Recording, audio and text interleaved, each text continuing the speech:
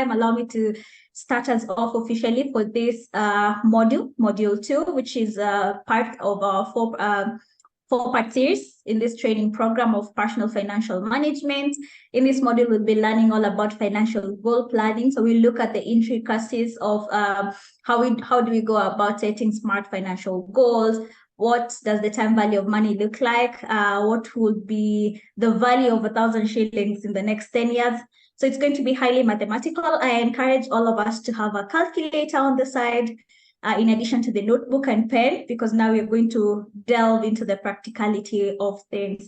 King Ori, I will not take much of the time so that we can maximize on the time. Allow me to just throw the ball to your side. Please just take us through this session. I am so eager to learn as well. There's always something new that we learn in every module, and it's not different for this one, I'm very sure. So if you are ready, you can start. Thank you so much, Kathleen. As always, it's an absolute pleasure, and welcome again to each and every one of you who's joined us. So just a bit of housekeeping. I'm thinking we will run until about 1:20, then take a 10-minute break. Then the second half of the session, we will now get into a bit more of the mathematics that Kathleen has alluded to. But worry not, it is not scary mathematics. We will walk through everything that we need to discuss. As you saw, I was ready with my Excel sheet. But good.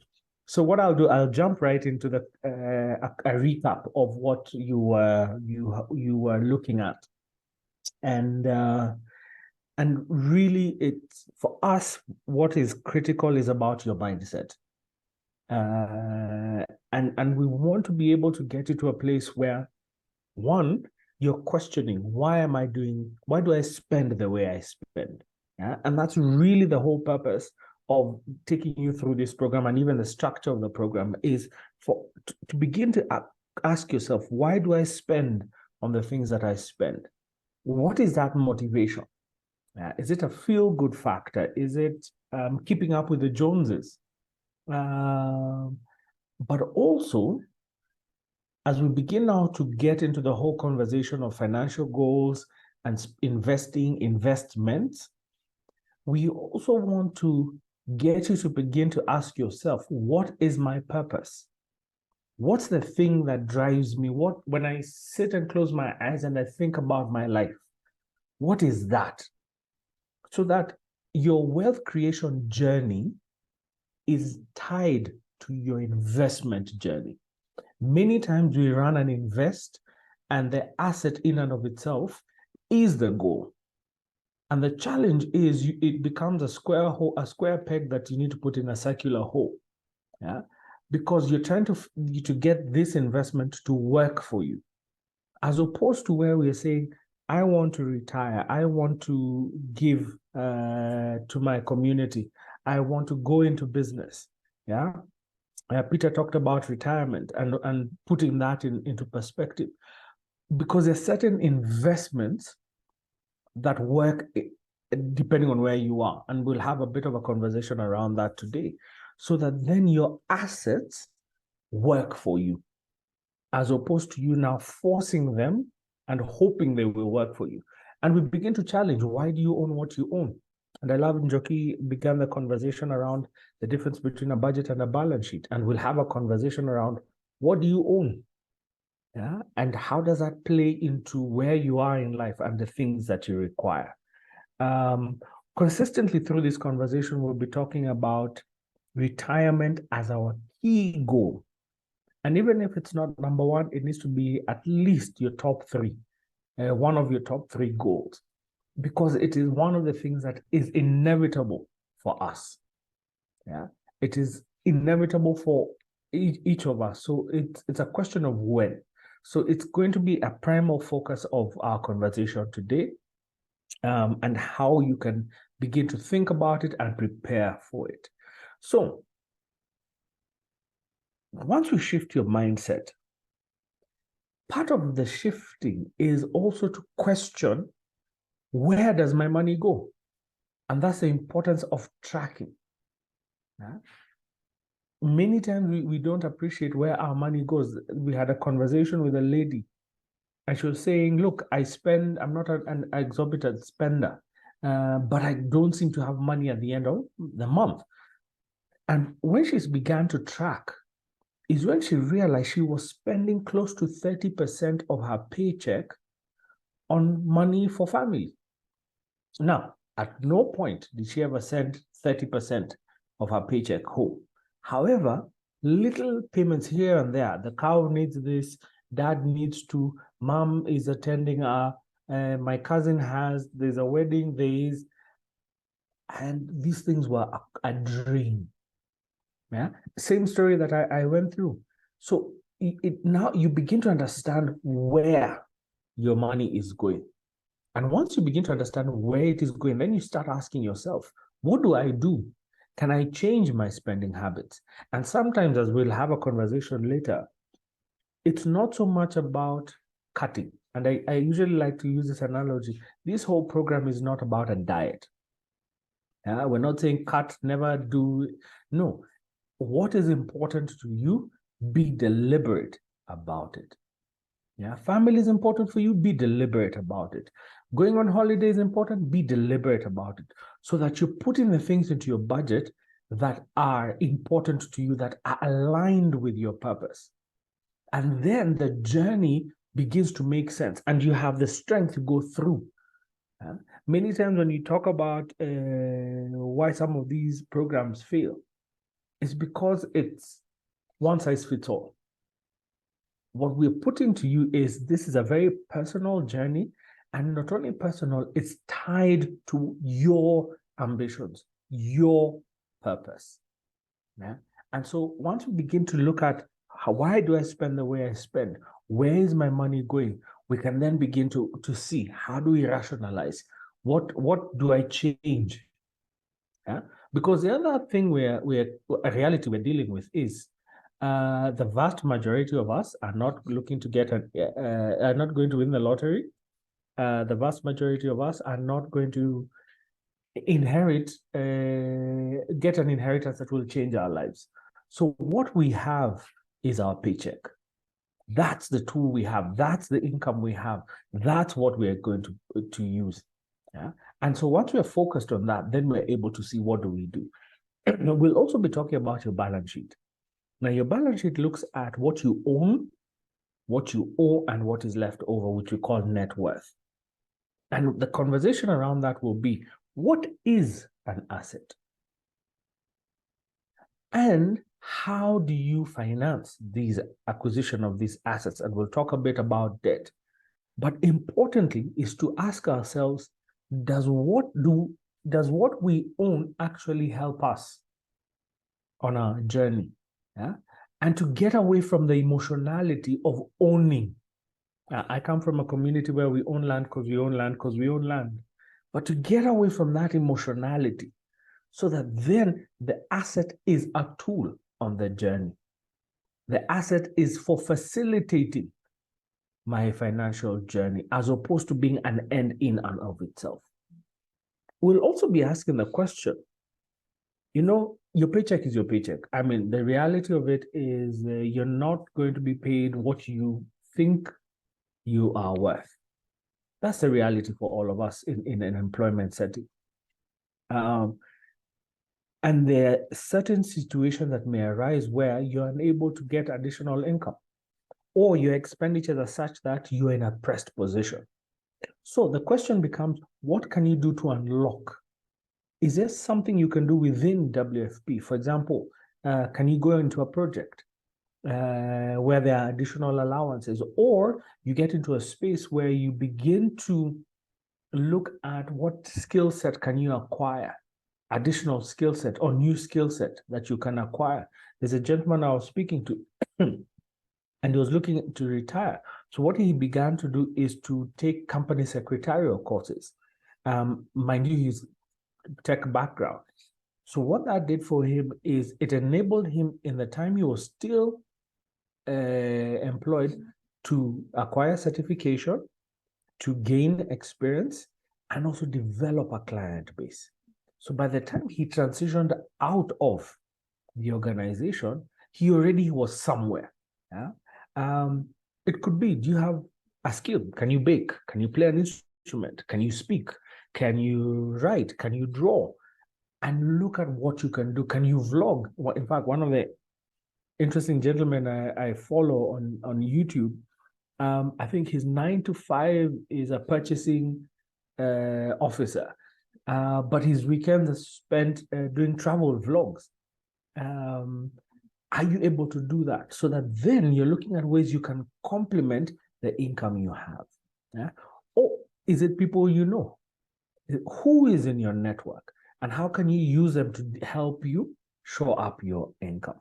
And then lastly is no negative statements. One of the saddest things for me going through these conversations is hearing people talk about rich people must have stolen.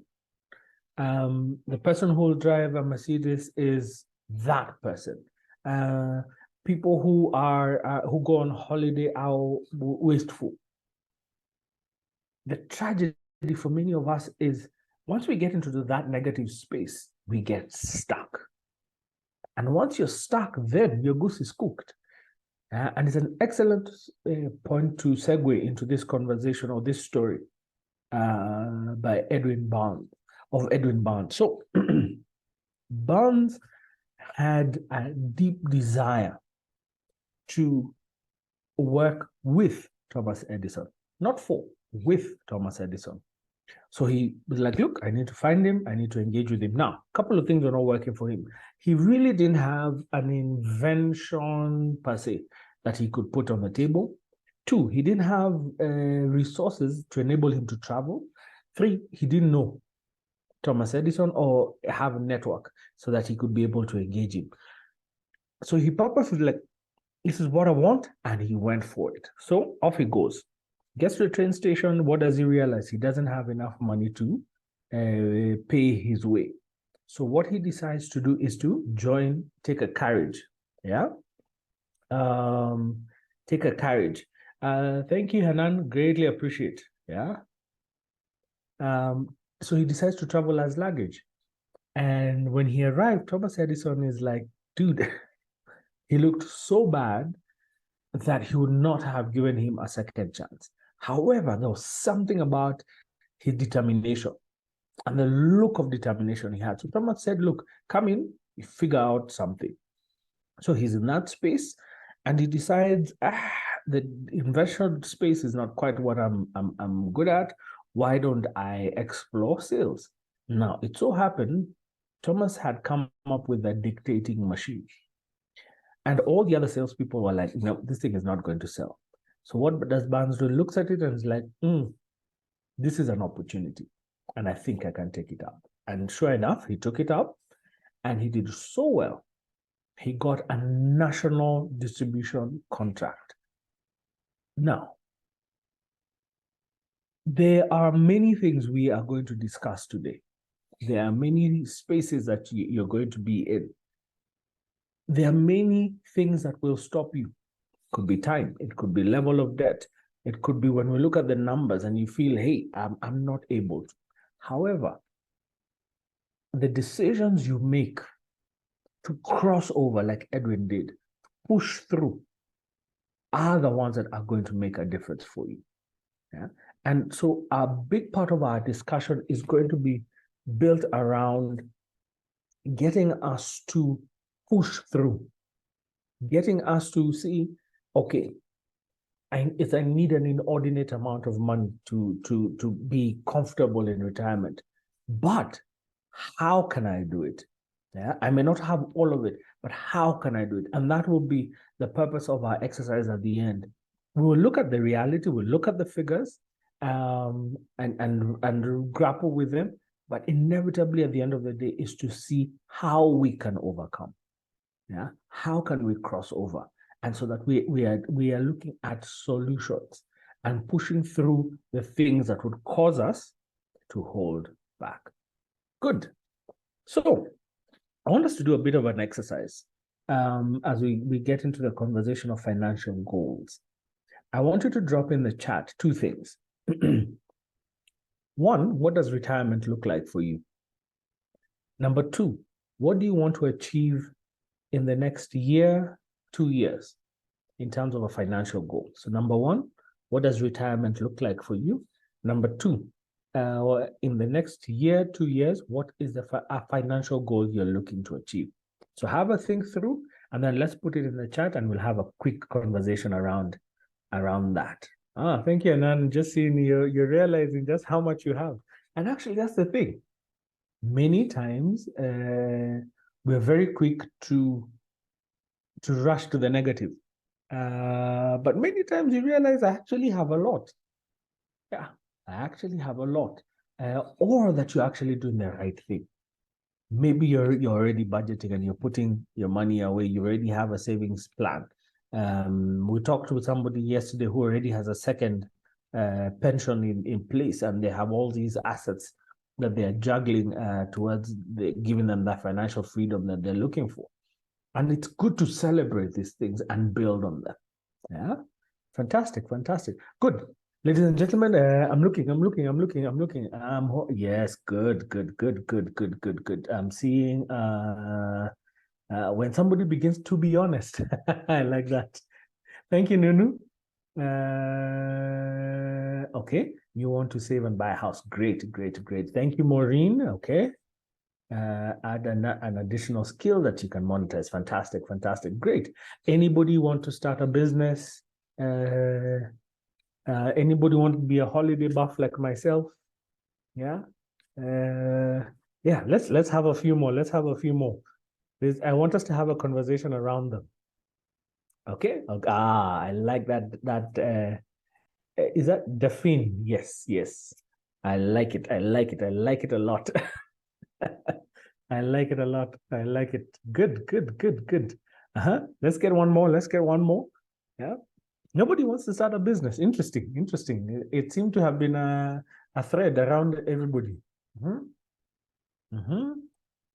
Aha. Good. Thank you, Njoki. Now, Njoki, if I could ask. Good. And I will use you for the last conversation.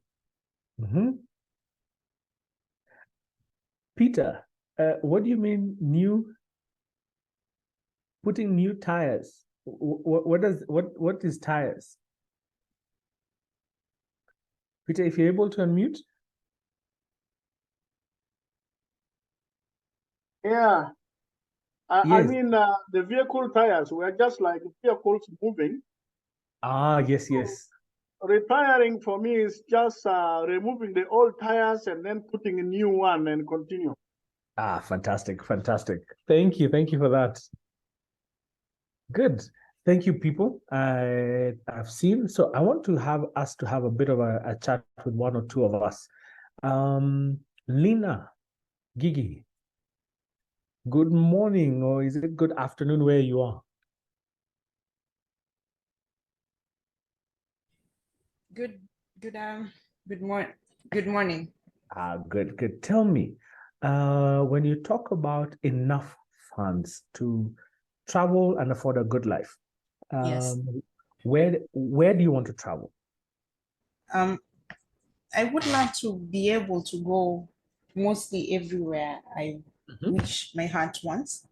So if I want to go to Europe, for example, or just travel in Africa, not being very limited as I am now, to just make such kind of a decision. I would like to have enough to just allow me to experience those things that I do, my heart desires, and also being able to afford just a comfortable life without straining and looking at whatever I have that is depleting. Good. Now, how often do you want to travel? I'm not retired yet, but I would assume since I'm retired, I would have enough time. So maybe once a year or twice. So once a year. How long would you want each travel to be? If I could take a cruise and go for like a month, that would be good. Good. So there's something I'm building to, and that's why I'm pushing it. Let me ask the last question. When you say good life, yes, is $1,000 a month enough for you to have a good life? No. $50,000 a month. That would be okay. $100,000 a month. Even better. Even better. $1 million a month. Way good. So the more the better. The more the better. Good, good. No, thank you, thank you. And I'll come back to where I was asking those questions. Alex, how are you? Good. How are you? Very, very well. I see you're a real estate guy. Yes, but on a low scale. Now, let me ask a question. So, when you're talking about investing in real estate, Yeah, you're looking for income, right? that's right. Yeah. What's this income for? Income personally, it's for my well-being and being able to look after my family and also for the holidays. Yes. Basically, to be able to have a good life. Good. Now, so essentially, you're looking at that income being able to support you. That's right. Good. So if these properties are giving you, are you in Kenya or where are you based? In Uganda. Good. If they give you 20,000 Uganda shillings a month, is that enough? No. No. Aha. If they give you 10 million Uganda shillings, is that enough? Close to being enough. If they give you 50 million Uganda shillings, that would be enough for a month. Yes, that's right. Good. So let's talk about the 50. Where can you get that sort of return if you invested in real estate? Personally, if you put up a commercial building, probably it will give you that kind of returns because you will have many people going into the willing to rent the building to open businesses, put up shops. Good. Now, if you did the same building in Jinja, in Masaka, or in Bugolobi, where would you get more money? What is the likelihood, Bugolobi? It's already a commercial? Yes. And Uganda is one of my favorite bucket list places. I thoroughly enjoy visiting. So Bugolobi is your option. Yes. But how much is land in Bugolobi? Land in Bugolobi is very expensive because it's prime land. It's prime land. It's very expensive, but it is where you would get the sort of tenants you require. Yeah. Good. Now, thank you very much, Alex. The reason I was asking us these questions and why I was taking us through this journey is one of the things we tend to do is we have very descriptive, our financial goals tend to be very descriptive and void of actual finances, actual figures. And so they become a moving target.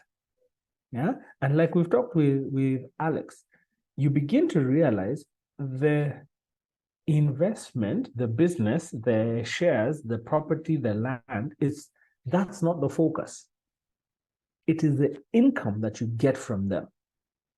That is what the focus is. And that then determines where you purchase. If it is land, it will determine what sort of income you will get. Yeah?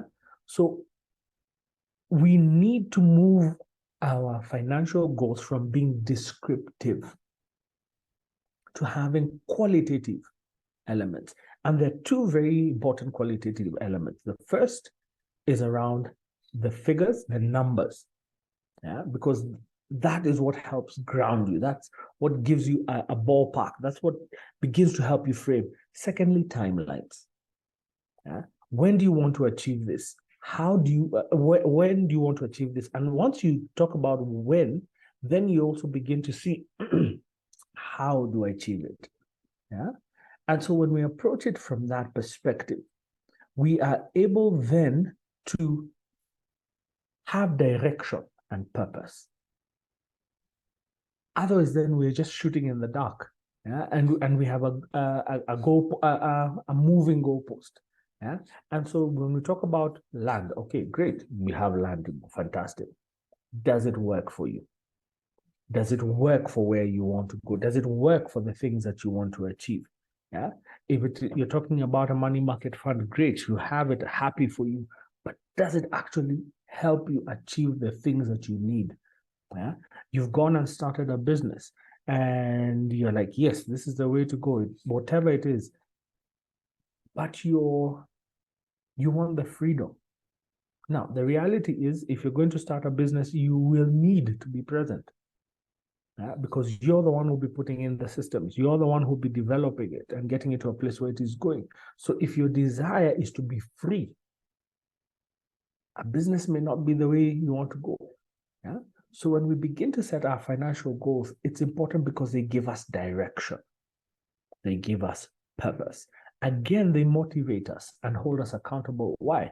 If I know it's going to cost, like we're talking with Alex, it's going to cost 50 million Uganda shillings. I'm going to need 50 million. Yeah. Then when I work backwards, we've already identified the area. Then we begin to ask ourselves, how much is land? How much is it to build on that piece of property? So when you raise 10%, you're able to know it's 10% of what? Yeah. If you have 500,000, you know it's 500,000 of what?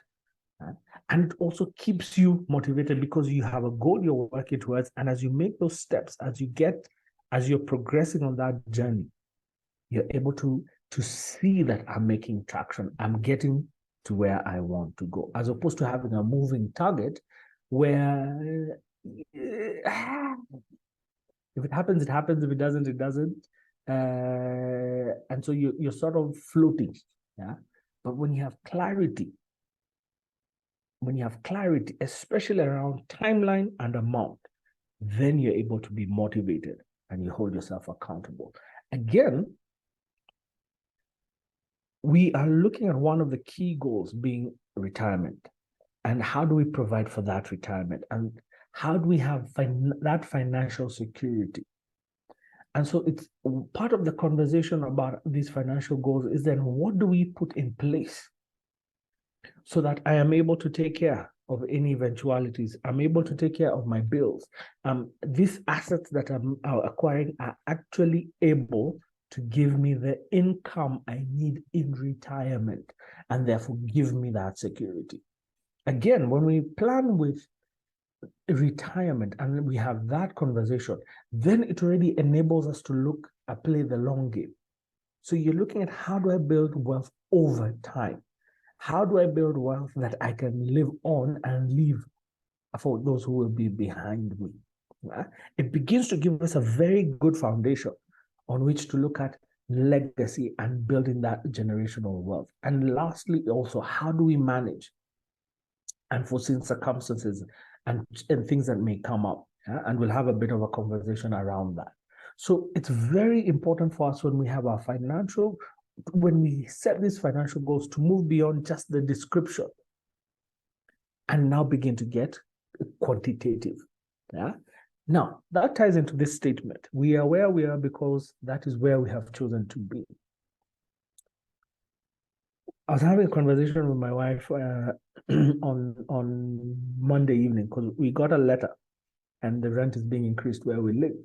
And now, I mean, our landlord is really super.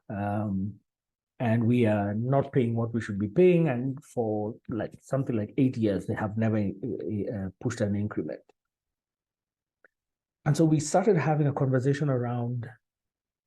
So my wife did the math because she's lived in this particular property for a longer period of time.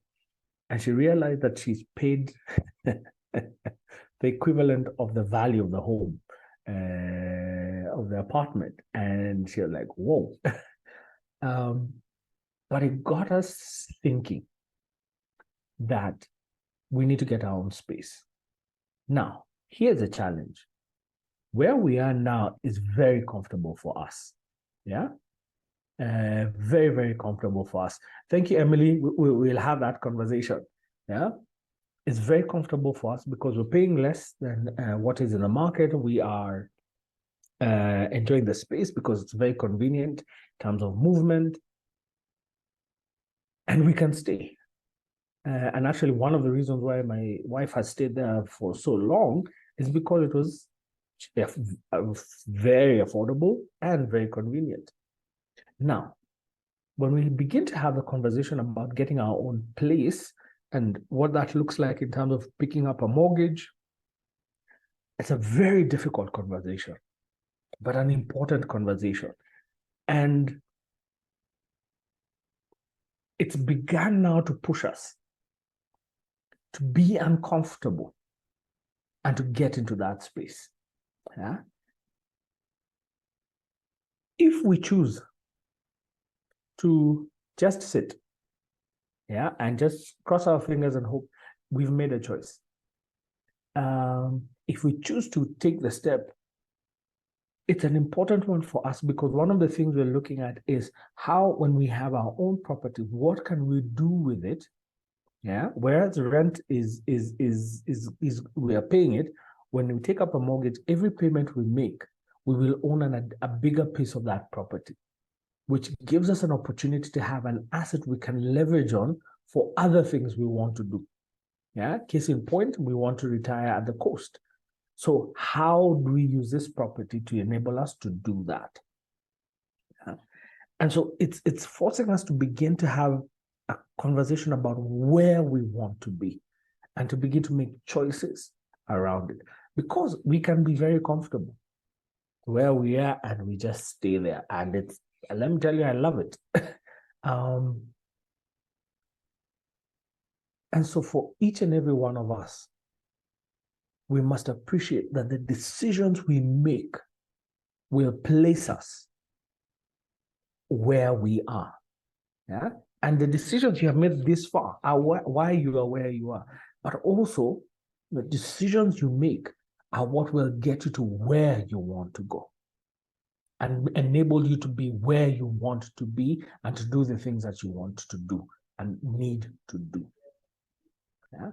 And again, for me, it's so important to have clarity around what do I want? And I love about you saying, yeah, I want to travel. Happy, great. So how do we make that possible?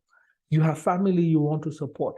How do we make that possible? You want to retire and start a school where you're a philanthropist. How do we make that happen for you? Yeah, that's a conversation we want to have. And importantly, then we appreciate that it's all about making decisions and the decisions we choose to make. So when we talk about setting our financial goals, you're all quite familiar with the SMART analogy. And the first element is specificity. And that's what I was speaking to earlier when I was saying many times our financial goals remain as descriptions. I want to invest in real estate. I want to have rental property. That's where it stops. I want to travel and be able to have enough income to do that. That's where it stops. I want to have enough money to be able to live comfortably and be financially free. It's descriptions, but it needs to be specific. How much do you need?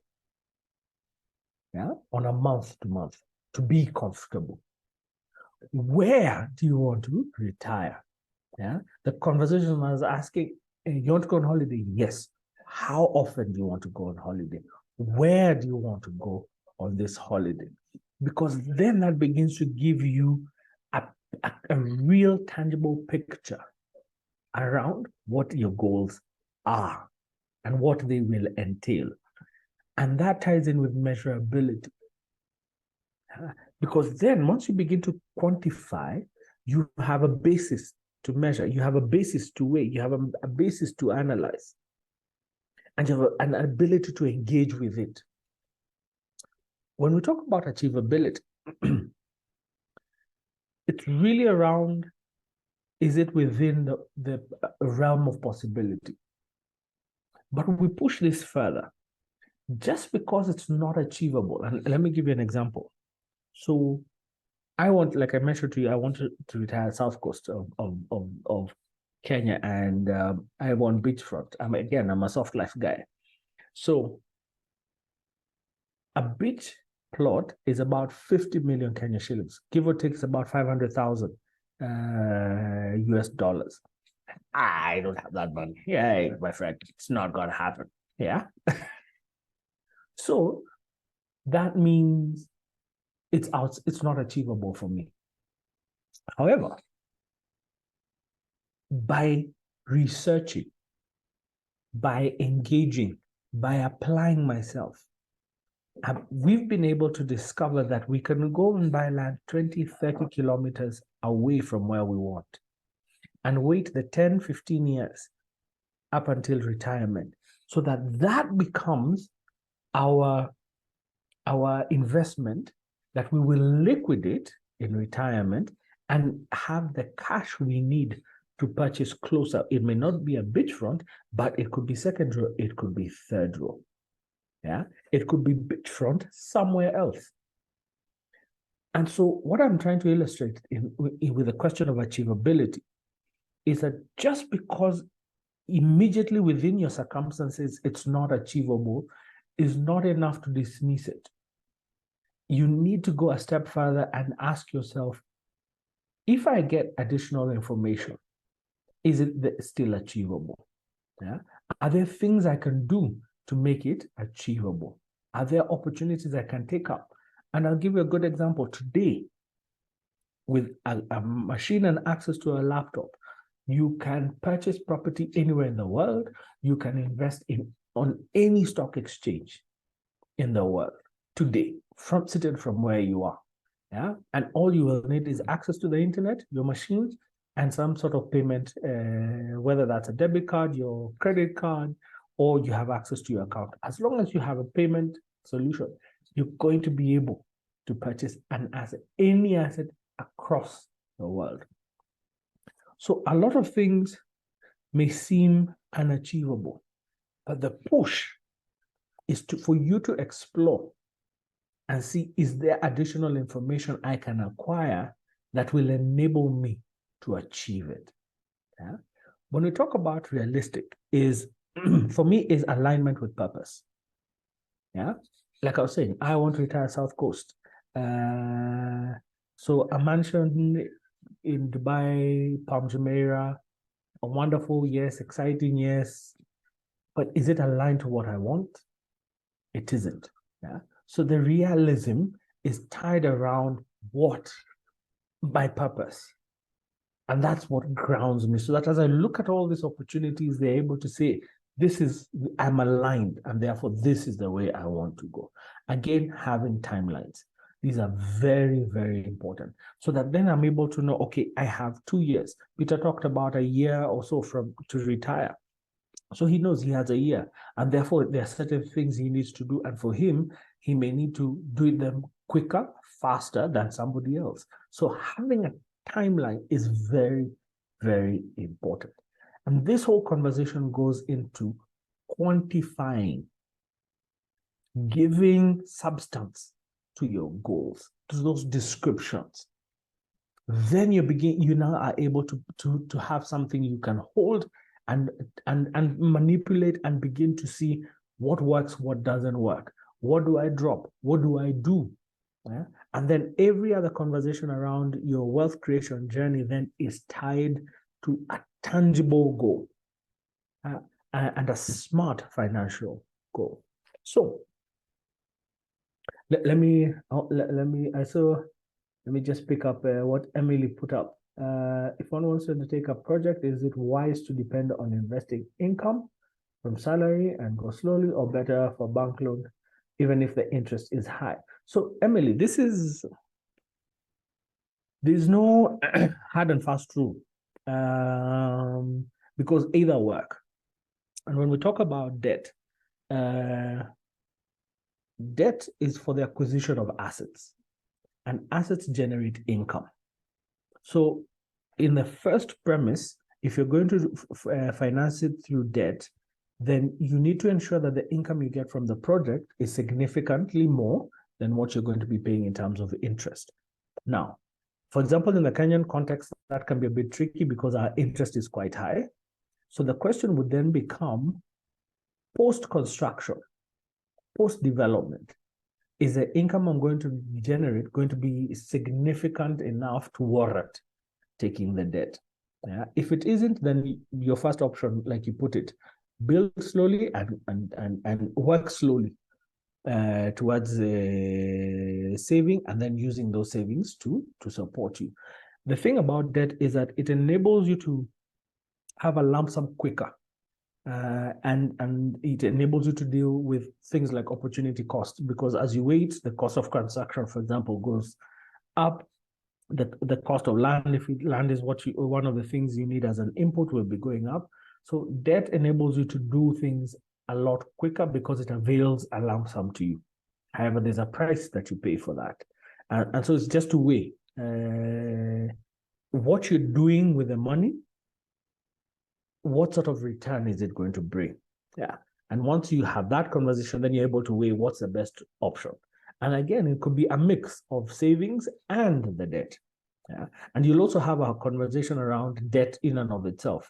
And you'll now begin to see the mechanics of how debt works. And then when we talk about your asset generating income, you'll begin to see why that's an important element. Yeah, but great question that you've put out. Good. So these unforeseen expenditures. Now, unforeseen expenditures are two types. We have what we call irregular expenses. Now, they're not irregular in that they are random. We don't know them. We are not unable to picture when they will happen. They are random because they happen when they don't fit neatly into our budget. They don't fit. They're not quite organized according to our budget. And so what tends to happen when you pay, you're left with a big hole. Yeah. Case in point, insurance premium. For those of you who may be driving, if you're paying school fees, again, there are certain expenditures that will cut across. So, for example, if like we cook using LPG gas, so what tends to happen is when we replace the cylinder, there's a significant item on the budget. However, this carries across. Yeah. Yeah. Don't worry, Emily, we'll have a chance to talk through. It doesn't fit. So I'll have this huge amount at one time, and then I use the gas over a longer period of time. So these are not surprises. Yeah. What it happens is that they don't fit neatly within our budget, but we are sure they're going to happen. The second are emergencies. Somebody gets sick. Somebody needs support for a wedding or some other commitment that just happens to come up. COVID, for one reason or the other, you're unable to have your income. So how do you manage these things? And these things are very important to discuss, because these are the elements that push us towards taking debt. Yeah, my car is about to, the insurance on my car is about to expire. I don't have the entire amount. So what do? I rush for the facility, and the financial institution knows. Yeah, those of you who are cooperatives, there's a fund there, a product there usually is called emergency loan, because you've had to pay school fees, and you're not able to pay anything else. So what do? You now begin to swipe your credit card at the supermarket, and then you begin this cycle, yeah, because you have to pay for all the things you need to, and you didn't have the cash available to you. Yeah. Somebody needs to go to hospital. You don't have that money. So what do? You raid whatever is in the account, and then you have this hole now that you have to plug in. And that is when we tend to take debt. And debt that is what we want to get you away from is debt that is consumption based, to a space where your debt is purely around acquisition of assets that generate income. And then your budget is what is able to take care of all your expenditures, whatever they may be. So taking a look at the first one, which are irregular expenditures, like I said, the irregularity is in that they don't fit neatly within one given month. So what's the first thing you do? You just simply list what they are. So in our case, we have school fees, we have our car, and then we have holiday. Yeah, like I was saying to you, this is about what is important to you. If it's important to you, put it in there. Holiday is important, great, put it in there. Now, first step is list what they are. Second step is quantify and then determine when they need to be paid. So you can see we have school fees in April, in August, and December. You pay in December, so when you come in January, you're not wondering, when you come from the holidays, you're not stressed about school fees for the beginning of the year. Again, you save for your holiday, and you save in advance. And holiday is not just going somewhere. It's simply that you appreciate that when you're not at work, and especially over the Christmas break, that there's going to be higher expenditure. Why? You're going to be sitting at home. The likelihood you will be called to socialize in one place or the other. If you have children, there are going to be more activities. There's going to be a lot more happening. There's a lot more visiting that happens at that point in time. Therefore, you plan for it, even if it means you're not going anywhere. Just the additional expenditure. Because what tends to happen, especially around the holidays, is a lot of impulse purchases. Yeah. So you provide for that. Now, we've listed what they are, we've quantified, and we've placed them where we need to, when they need to be paid. Then we total. So we come, that's 210,000 for school fees, it's 100,000 for the car, that's approximately 310, and then 50,000. So that's 360,000 worth of irregular expenditures for the month. Then you divide by 12. The figure you get is what goes into your monthly budget. So every month you will be putting, in our case, 30,000, yeah, which is the total divided by 12. So every month you begin to save 30,000 towards these irregular expenditures, so that at the point at which you need to make the payment, you have the cash available. So in case in point, we start saving in January, 30 in February, another 30. We have a total of 60. In March, we put in another 30. So we have 90 in the account. We go and have our car serviced. So we pay 25. So we're left with 65. And you keep going. You notice at the end, there's no balance.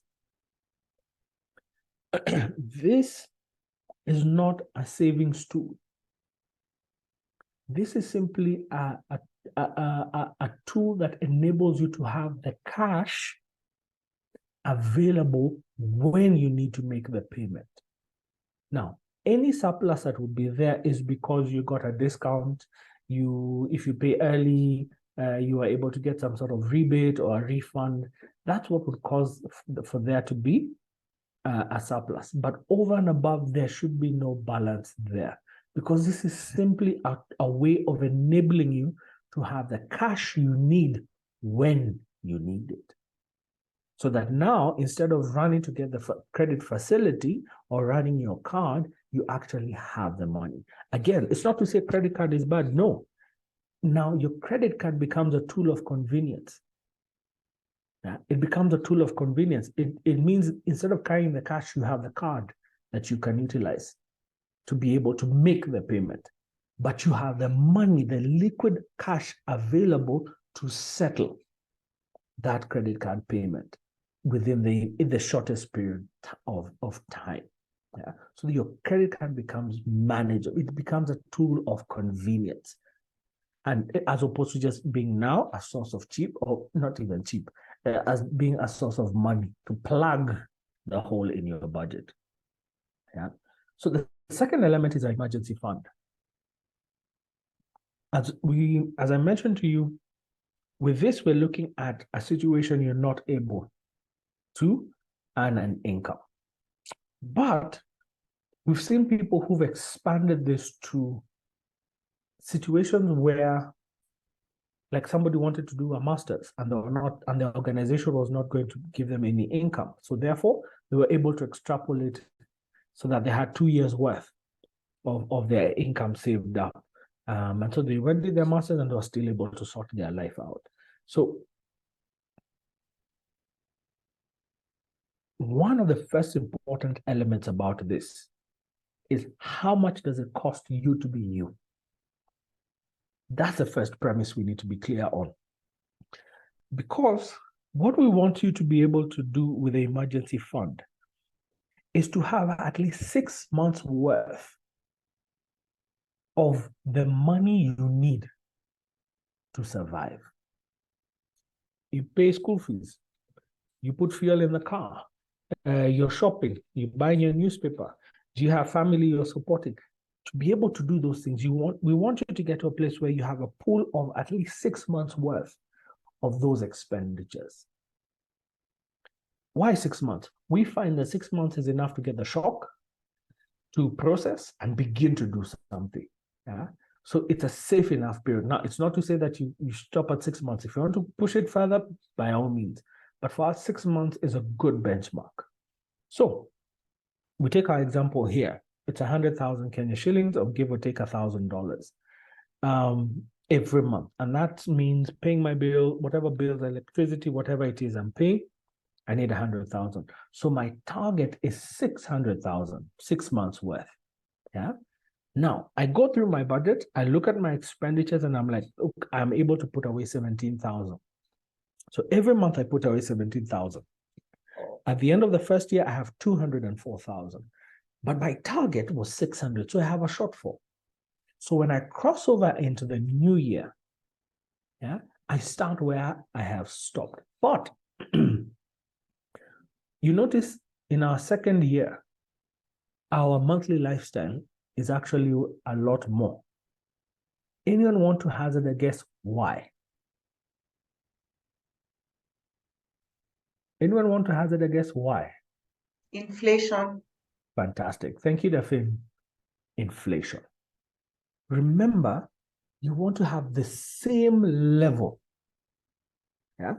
But what tends to happen in most of our economies is you find that as things become more expensive. So you must provide for the gap that is created by inflation. Now, in our case, we take a 10% so that I am able to do the same things. I'm able to put in the same amount of fuel. I'm able to buy the same loaf of bread. I'm able to buy the same newspaper, irrespective of the pricing. Why? Because I have been able to prop up my income to adjust it to what the pricing is at any given point in time. So our target now becomes, we need 100,000, 110,000 to do what we were using 100,000 for because of inflation. So therefore our target is 660,000, but we already have 204 that we saved in the first year. So we continue to save the 17 that we saw, that we've purposed to save from our monthly budget. But in the course of the year, you get a bonus at work. Somebody had a debt, they pay you. Somebody decides to give you a gift. You have shares, you got a dividend, or you decided to sell an investment you have, and you put some of that money towards your emergency fund. Yeah. You begin to see now some of the uses of this extra money that you get. You made a saving. Maybe in your monthly budget, you had a one-off item, someone gave you a huge discount. Put that money towards your emergency fund. So throughout the year, then you raise an additional 294,000. So in total, you have 498, but your target is 660. So when you cross over into year 3, you're looking at how do you build the bridge of 162. So thankfully, within the year, you're able to achieve that. So every year after that, what you're doing is simply providing for inflation. Yeah. And inflation is important because you see what tends to happen to most people when you retire is you start where your salary was. That's the lifestyle you have. But because you have not been propping up this income, it begins to reduce as the cost of items is increasing. Therefore, the quality of your life comes down. But when you provide for inflation, you're able then to consistently maintain your lifestyle, irrespective of what's happening in the market. And that's a very important consideration to have in mind.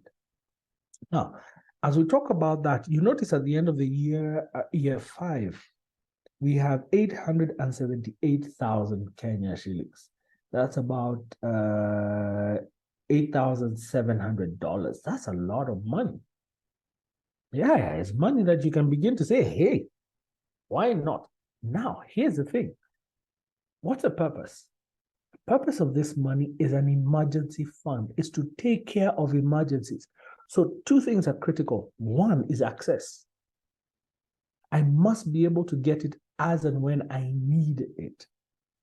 Number 2 is safety. This is not money I can afford to lose. So this is not money I can put in Bitcoin. As wonderful as the returns may be, it's not money I can use to lend my friend to start their business. It's not money I can be able to go and, what's the other interest? Put in shares. Yeah, because the fluctuations in the stock market could mean it's not going to be, I could end up losing the money. So safety is critical. So I will then put it in an investment that enables me to have access, but also gives me safety. So what are those? It could be savings account. It could be a fixed deposit account. Again, if I'm putting it in a fixed deposit, or I'm going to buy treasury bills, I'm not going to buy a long term where I'm looking at 6 months, 7 months, because what happens if I need the money in between? So what you'll do is break it into units so that every month, every 2 months, there's a revolving fund that becomes available to me. And now you begin to have your assets work for you, as opposed to the other way around where you're investing in the asset in and of itself. Now you flip the script and you have the asset working for you. Yeah. So I need to just clear my throat. Just give me one moment to do that, then I'll join you. Apologies for that. I have I'm recovering from a flu that has just is playing a few tricks on me as it leaves my body. So every once in a while I need to just clear my throat. So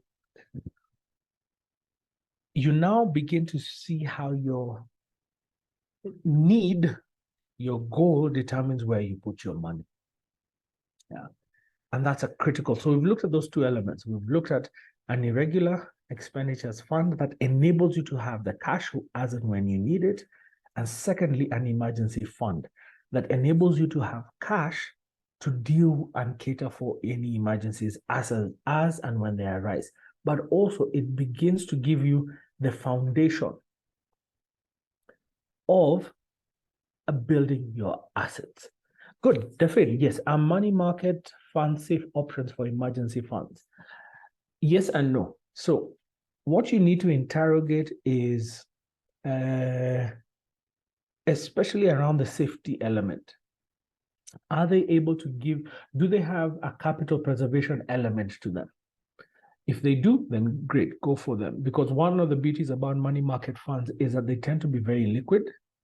And because of the nature of being liquid, they also give you great accessibility. Yeah, so within a short period of time, a day, 2 days, you're able to have your money available to you. But the critical thing you would need to find out from the specific fund is, do they have that option for safety, or what they call capital preservation? That's a great question. Yeah, good. Now, coming to the budget and what Njoki had began to speak to earlier. you put into your budget, when we talk about your income, we look at the money that comes into your account, and the only deduction we consider for our purposes is what is taxed. Yeah. If your employer, for one reason or the other, is facilitating certain payments for you, and those are coming out, plow those back in and have them, list them as your expenditures, so that then the income that comes into your account is simply the only thing taken out of it is what you pay in terms of taxes. Everything else listed down as an expenditure. Now, this is why we're saying tracking is important, because it enables you to get a good feel for what your expenditures are month on month. Again, when we talk about irregular expenditures and we're looking at the emergency fund, have those as line items in your budget. Yeah? So in our example, we earn 125,000. That's what hit our account. We spend 124,900. So really, we're spending everything. We're really spending everything that we earn. Yeah, that's what the budget tells us. Now, we take this conversation further and we begin to ask questions. Remember, mindset. We begin to ask questions around, why do we purchase what we purchase? Yeah, why do we spend our money on the things that we do? And we then categorize. So we have 3 categories. The first category, A, is what is essential, what you must do to live. You need a roof over your head. You need to eat.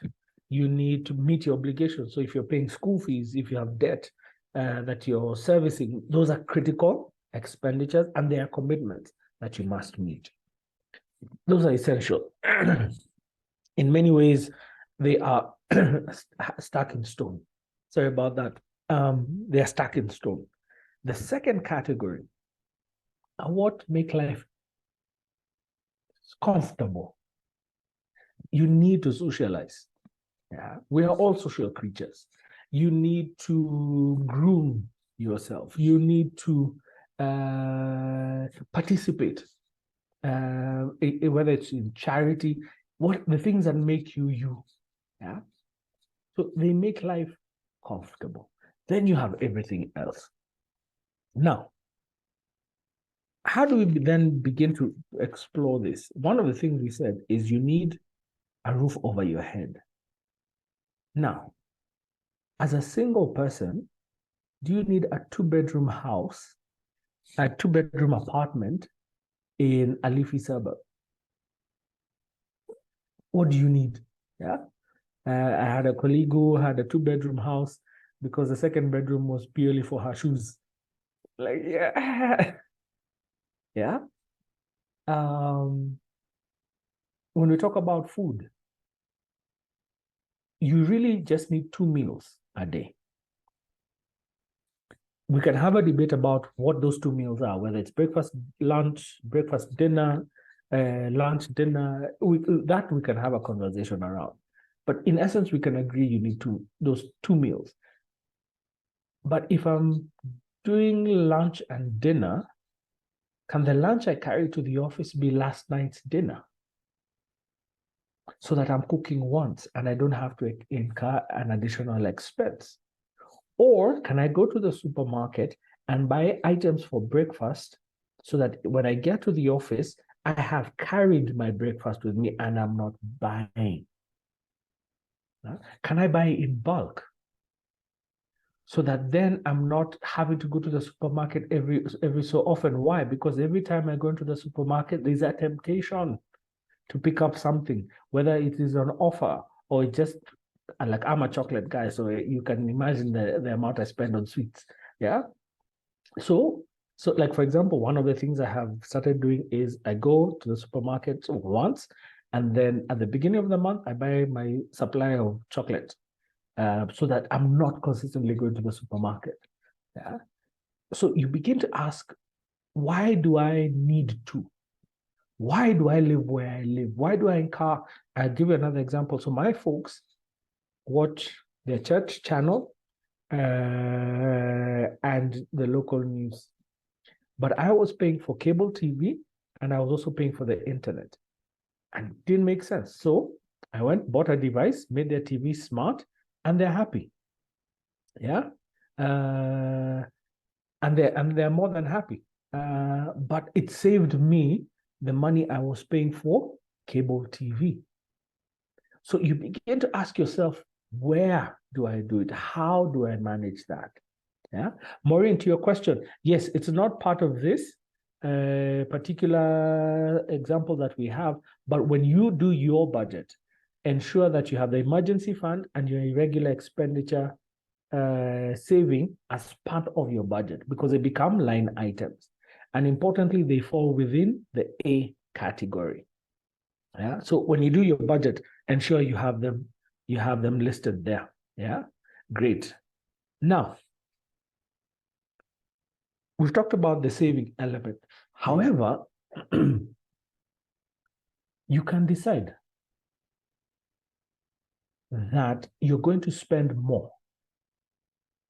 So let me give you an example. So my wife and I, we were looking at, when we were looking at a property, we looked at where I was living, we looked at where she was living, we looked around.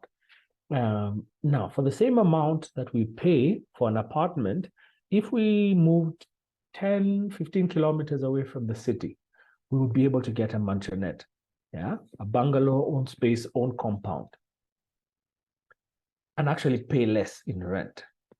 But we assessed the wear and tear and the cost of fuel for the commute and realized any saving we made in rent would be more than wiped out by those two components. So we've made a decision to live in a more expensive place because of the convenience that it offers us. So therefore, then, we look at how do we manage our budget in terms of expenditure. So for example, one of the things that we do is we're very deliberate about when we go out. Yeah? So we're clear that if we're going out, we are going out for this purpose or at this time. So it enables us to cushion. You could come up and say, I want my children to go to a particular school. It's not to say that there are no cheaper schools that will give quality education. No, you have specific, maybe it's a sports program that school has. Maybe it's the curriculum that they are offering. Maybe it's there's a developmental program that they have. Yeah. And so, like I was saying, this is not about just simply cutting cost. It's about what is important to you. So if you see that then it is very important for you to pay more in terms of school fees, then what do? Then you start looking at what else can we do? Can we move slightly further away? If we used to go on holiday twice a year, can we go once a year? If we used to go overseas on holiday, can we go local? Yeah? If we had 3 cars, can we whittle down to 2 cars? If we had a 3,000cc car, can we move to a 2,000cc car? So you begin to look at where else you can save. And in that process, you're also looking at how do you free up money. Now, there's money that you spend on things that really will not change your life, whether or not you spend on them. It's that extra pair of shoes. It's when you go to the club and you're making it rain. It doesn't help your life. So if you don't do it, life continues. Yeah. That is money now that you can begin to have a conversation around what you do with it. Yeah. You remember we're asking ourselves about where do we get money for emergency fund? Where do we get money for irregular expenditures? Where do we get money to pay off our debt? That's how you begin to look for that money. Now, in this process of rationalizing, you've seen we've come from expenditure of 124,000 to 113,000. Why? Part of this is just looking at options that are cheaper but give you the same quality or give you this a similar experience with them, but it's cheaper. I mean, one of the other things I've seen friends of mine do every Sunday when they left church and they went out, they would end up spending 10,000 Kenya shillings on their children. And this meant is whether it was playing games, whether it was eating, and this is 10,000 on the spot. Yeah. So at the end of the month, they were coming up and realizing it's not sustainable. So they flipped the script. They gave the children 10,000 for the month and told them, you plan your activities. What surprised them is that their children began to save that money, because their expectation was, okay, we have 10,000. First, we're going to have a crisis around that we have so little. And then it would continue the trend of going out every Sunday. But their children shocked them because they began to save. Why? Because they were like, we have 10,000. We want to save for the big event, so that when we go, we're able to splurge. So they were able to manage. And it's things like those that you can go back to your family and see and ask, what can we do different? How can we manage this different? Yeah? I used to spend almost $40 every month on sending money home. And these are my relatives, not my nuclear family, for one medical issue or the other. And this is not just myself. So we got down and we're like, no, what we will do is, instead of sending that money, what we will do is we will pay for national housing and national healthcare insurance fund, NHIF, which is a government insurance fund, medical fund. And from 4,000 every month, I'm paying what, 500, 600 shillings every month. It's almost a little more than 10% save, 10% of what I was paying before. But now nobody has an issue. We can't raise the issue of healthcare, yeah, because if you're sick, use your card. It's available, and I'm not going out of pocket.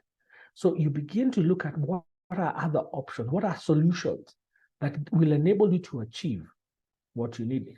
We in an African context, black tax is a big deal. Yeah? So you start asking, what can I do to be able to facilitate? Because it's important to participate, it's important to be part of the conversation. How can I facilitate in a way that is sustainable for yourself? And out of that, then you're able to free additional money. And again, this goes back to the conversation that a lot of what you're going to be able to achieve is within your current budget, is within the amount of money that you currently have. That's your playing field. Those are the tools that you have to play with. So how do you use them to your greatest advantage? Now, we have our balance sheet, which is a second critical element. And the balance sheet speaks to what you own, what you owe, and what is left over. So when we talk about what you own, we talk about your assets. And when we talk about assets, we really have two categories. We have what are liquid assets, and essentially liquid means they are cash or as close as, or can be quickly converted into cash. And you're looking at least 6 months maximum for them to be converted into cash. Then you have fixed assets, and these are the ones that will require in excess of 6 months to be converted into cash. Yeah? Now, for our purposes, an asset generates income. Let me say that again. For our purposes, an asset generates income. Now, that income can come in terms of cash flows, whether that's interest, whether that's rent, whether that's dividend. How else would money come to you? We have interest, rent, dividend. Yeah. Salary, if, for example, you have a business, or fees. Yeah. The second element you can get income from an asset is on sale. So whether it is a profit, whether it is the full sales proceeds. So you either have cash flows that are generated by the asset, or you have at sale a flow of the money. When we talk about what you owe, which are your debts, these are your liabilities, we have two categories. We have investment-related liabilities and personal liabilities. Now, investment-related liabilities are tied to an asset. And by definition, an asset generates income. Now, let me repeat that again. An investment-related liability is tied to an asset. And for our purposes, assets generate income. Now, any other debt is a consumption. As a consumption debt, it falls into a personal loan, any other. So let's take a simple example that's there, a personal loan. So I go and buy a Range Rover Velar. I told you, soft life guy. No matter how expensive the car is, no matter how fancy it is, that car is not an asset because it doesn't generate income for me. Now, I take a mortgage and purchase a property, example of my wife and I, and we move into that property. The value of the house, no matter how significant, is not going to be an asset. But the value of the mortgage will sit as a personal liability. Why do we say the house you live in is not an asset? Because broadly, it costs you money. Number two, you may say to me, hey, but I was saving. The rent I used to pay. And I usually say, I've done this about 5 years, and I have yet to meet anyone who saves that money, let alone uses it to pay down their mortgage. What tends to happen, it becomes additional spending money. Yeah. So for our purposes, the house you live in is not an asset. Again, this is informed by experiences.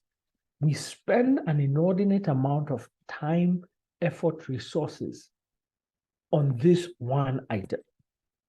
And when you retire, you have a wonderful, fantastic house, great memories, but you can't pay the light bill. You can't put fuel in the car. You can't go to hospital. Yeah? And it's part of the tragedy that you find that people invest in, especially in the family home, and immerse themselves into it so much so that when they cross over and they don't have income, they are stuck. And so you hear the case of being asset rich, but cash poor. And you're unable to meet your daily obligations. And so you find people having to sell off and downgrade. And it becomes a very awkward conversation because then it's emotional. So are we saying don't buy property? No, not at all, not at all. We're saying if that's what you want to do, and buying a home is important, and you see, for us, it's a priority. Great, put in and go for it. But ensure, as you do that, you have developed a pool of assets that will give you the income you need to be able to live in that house. You want to buy the property? Great. You want to have a family home? Great. Go for it. But ensure you are developing a pool of assets that give you the income you need to be able to live in that house. Now, let's take this conversation a bit further. The younger you are, the more you are able to invest for a longer term, and you're able to take more risk. And therefore, your appetite for fixed assets is significant. But you have a challenge because many times the younger you are unlikely to have the cash to say, for example, to buy land. Yeah, in the space like we're talking with Alex, like in Bugolobi, where you want to retire. It's highly unlikely. However, even if we're looking at land, you have ability to buy, like us, 20, 30 kilometers away from that center, because you have time and you can wait for that property to accumulate in value. You can afford to buy shares. Why? Because you can buy small lots with the amount you have and wait the 3 years, 5 years, 6 years, 10 years it takes for that investment to turn around. When you get into your middle age, you're striking a balance between the fixed and the liquid. Because what you're trying to do is you're developing a pool.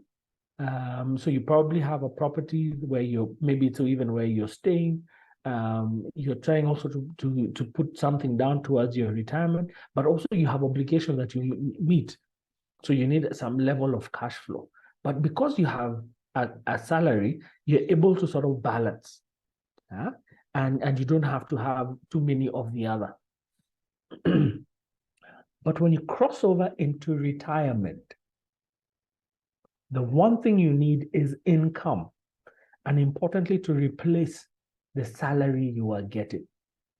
So what tends to happen at that stage is you need significantly more concentration in your liquid assets so that they now generate for you income to enable you to live.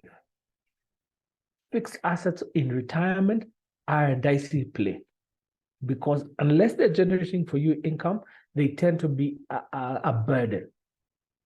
So what would you do? You would sell them and invest that money in liquid assets so that you now have the income. Now assets begin to facilitate your journey. So you're not stuck with land because you have land. It becomes a tool, it becomes a key, it becomes an opportunity for you to leverage and be able to acquire liquid assets that enable you to have the income you require in retirement. So we've talked about what you own, we've talked about what you own.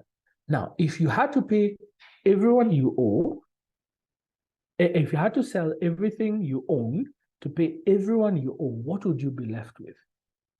It's a very interesting number. Now, if you're younger, the likelihood is that's going to be negative, but that's understood because the likelihood is you've probably taken an amount of debt.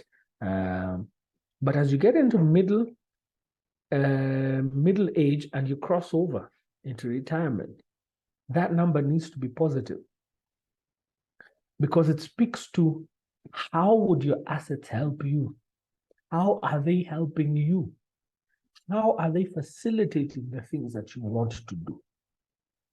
And so it's very important that you not only have a positive net worth, but also that the assets you have are actually helping you do the things that you want to do. And we've talked very broadly around the time, the spaces, and the sort of assets you would need along that journey and what your focus needs to be. But the key thing is we want you to begin to see, number one, assets generate income. Now, you have land, great. Ancestral land, great. Is it generating income for you? What can you do on it? Can you farm? Can you put trees on it? Can you start some sort of animal husbandry, keeping cows, keeping dogs, breeding dogs is a fantastic business. So that now you're leveraging this asset to do something for you. And it's not just sitting there looking pretty. Again, if you're looking at a home, happy for you.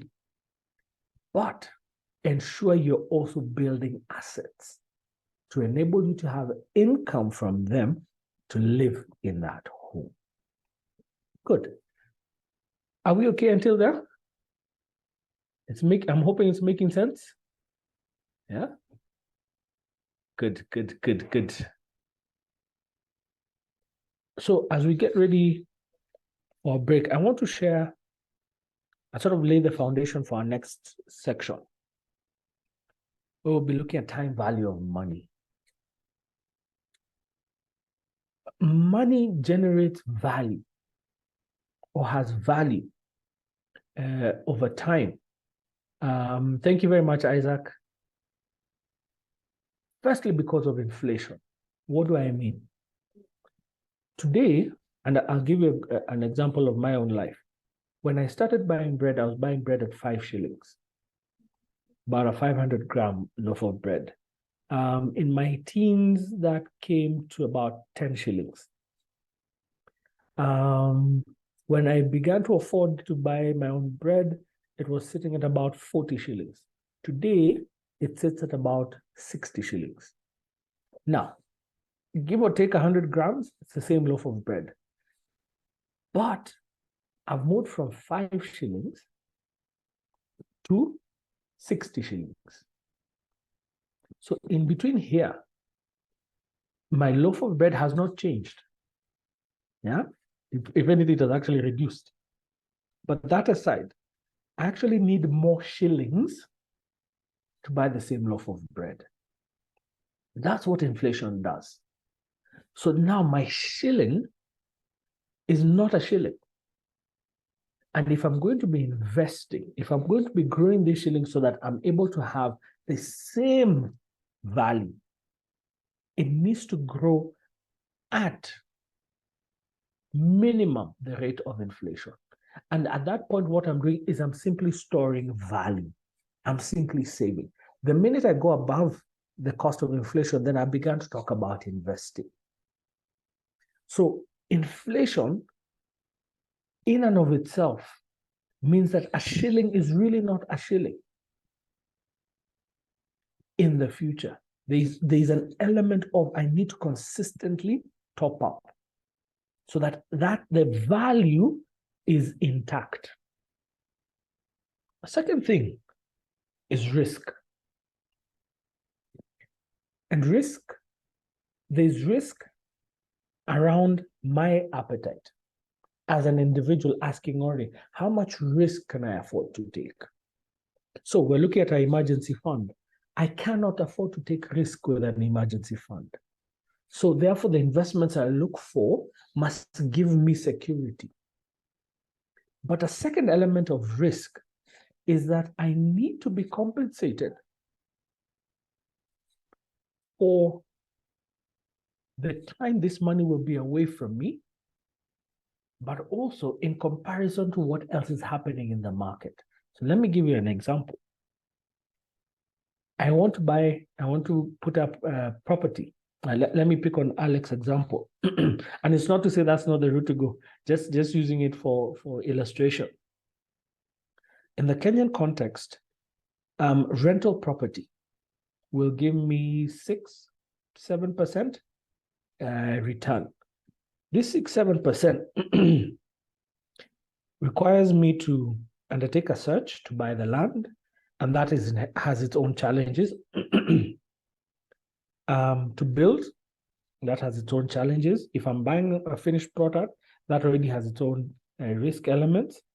Then to have and put in a tenant.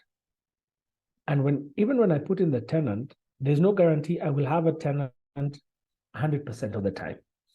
Number two, I have no guarantee that this tenant will pay me the rent we've agreed as and when we've agreed. 6-7%. But if I go to the Central Bank of Kenya, I can buy a treasury bill, 360 for 12%. I don't have to buy anything. I don't have to construct anything. I don't necessarily have to engage a lawyer. I don't have to worry about the government's appetite or whether or not they'll pay me, because the minute I make the purchase, I get my interest upfront. And in 360 days, I get my principal back. So the question you need to be asking yourself about your investments, number one, do they meet my personal risk appetite? Number two, when I compare them with everything else in the market, does the return they're giving me warrant the risk I am taking. More so, when I look at other alternatives that are lower risk, but give me the same return or a better return. So you now begin to shift and say, hey, it's no longer about the asset. It is what it is doing for me in terms of risk. The third element is opportunity cost. When your money is not with you, you are saying, I am forfeiting any opportunity that may come, including that I can use that money here and now. If I have 100,000, if I have $20,000, I can make a purchase now. But if I put that 20,000 into a mutual fund, if I put this 20,000 into a building or into land, I am losing that convenience. I am losing the chance to spend it as and when I want. Therefore, I need to be compensated for letting go. So let me give you an example.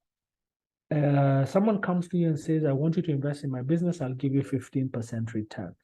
Happy for you. But the question is, this 15% that I'm going to get, how does it compare to other opportunities I could take up, including leaving the money in my bank account?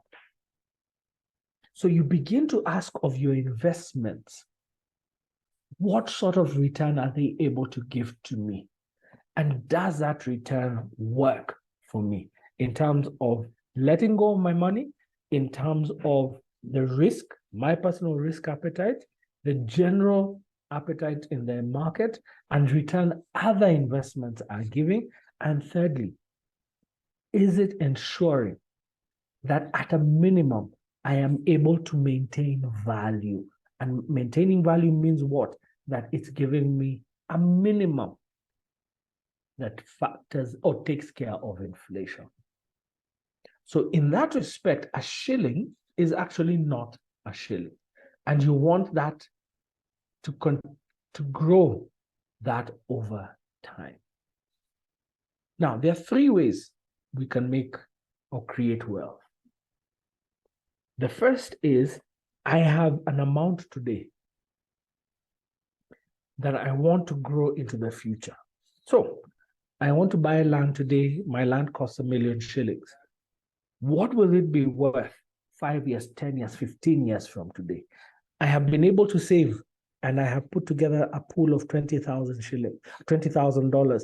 I want to put it in a money market fund, or this is what is my emergency fund, and I want to go and put it in a cooperative that's giving me 12%. What will it be a year from today, 2 years from today, 10 years from today? Yeah.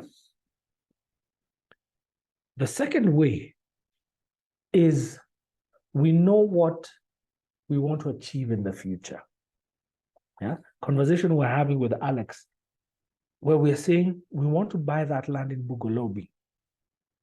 And we know that portion of land is going to be 50 million Uganda shillings, or at the moment, yeah, it's going to be 50 million Uganda shillings, or 100 million Uganda shillings 10 years from today. So the question we would then be asking ourselves, I know I will need 100 million Uganda shillings 10 years from today. How do I save now? How much do I need to save now so that I have that 50 million in the future? The third way is where most of us find ourselves, is we are going to be using our monthly, our budget, our salary as the basis for creating these savings. So you want to ask yourself, if I save 5% of my salary, if I save 10% of my salary every month for 1 year, 2 years, 3 years, 10 years, what will it be 15 years from today? What will it be 20 years from today? Yeah? A good example of this is what the saving you make towards your pension. Every month, there's an amount that's deducted from your paycheck. And once it's deducted, it's invested on your behalf. So you want to know, at the end of 10 years, at the end of 5 years, at the end of 50 years, when I need to retire, how much will I actually have accumulated? So those are the 3 ways you can build wealth.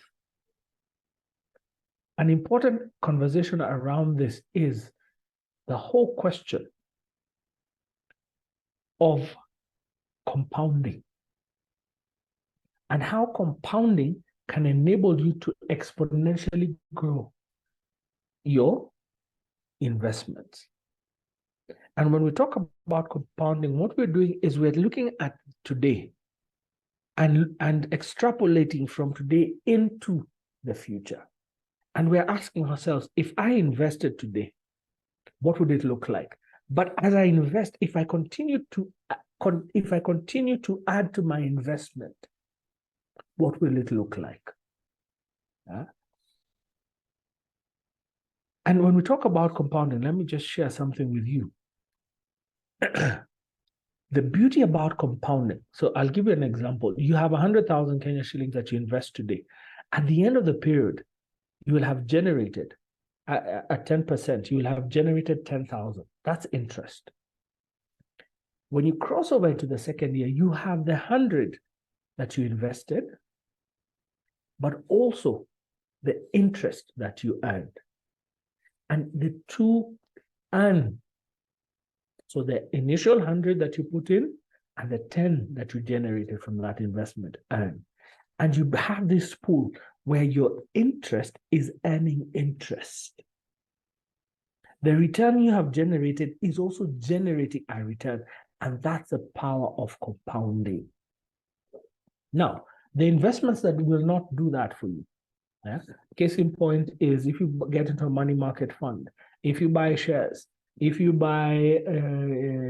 invest, for example, in land, they will not give you that compounding effect. If you buy into T-bills, they're not going to give you that effect. But you can create that effect, the compounding effect. How? By reinvesting. When you bought the shares, they give you a dividend. Instead of utilizing that dividend for soft life, buy more shares. Yeah, you have a property, you've gotten rent from it. What can you do to the property to improve the property so that you are able to get more rent? It's a treasury bill, great. They've given you interest, great. Can you, when they talk about rollover at maturity, can you invest that money back into a new treasury bill? You have the money market fund, they give you the interest. Tell them, instead of cashing it out, leave it in so that it adds to your investment and you create that compounding effect. And compounding is powerful because it enables you to grow your wealth exponentially. Now, the flip of compounding is discounting. And discounting then is where you look at moving from a known future, a future where you have clarity of, into an unknown present. You're working backwards. Yeah.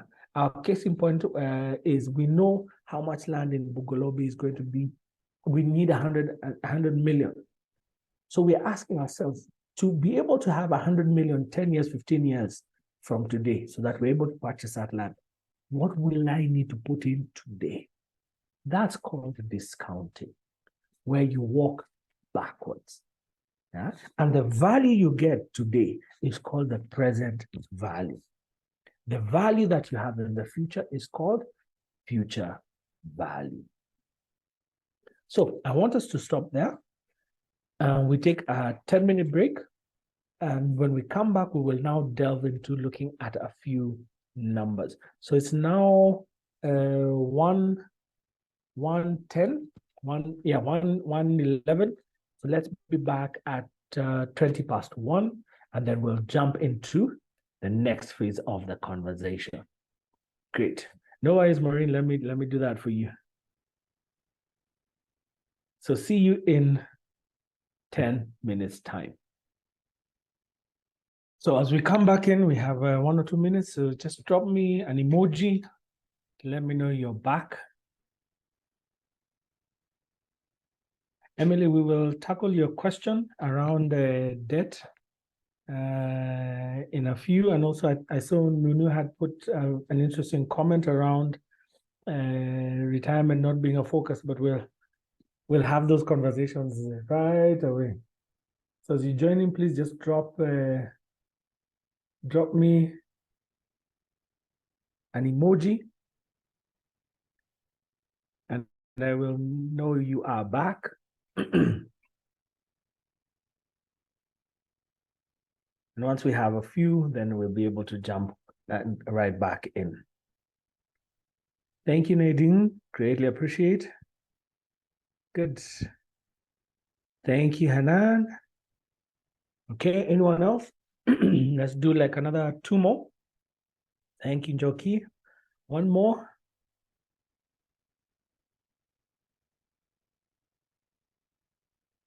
Let's do 1 more that will give us quorum.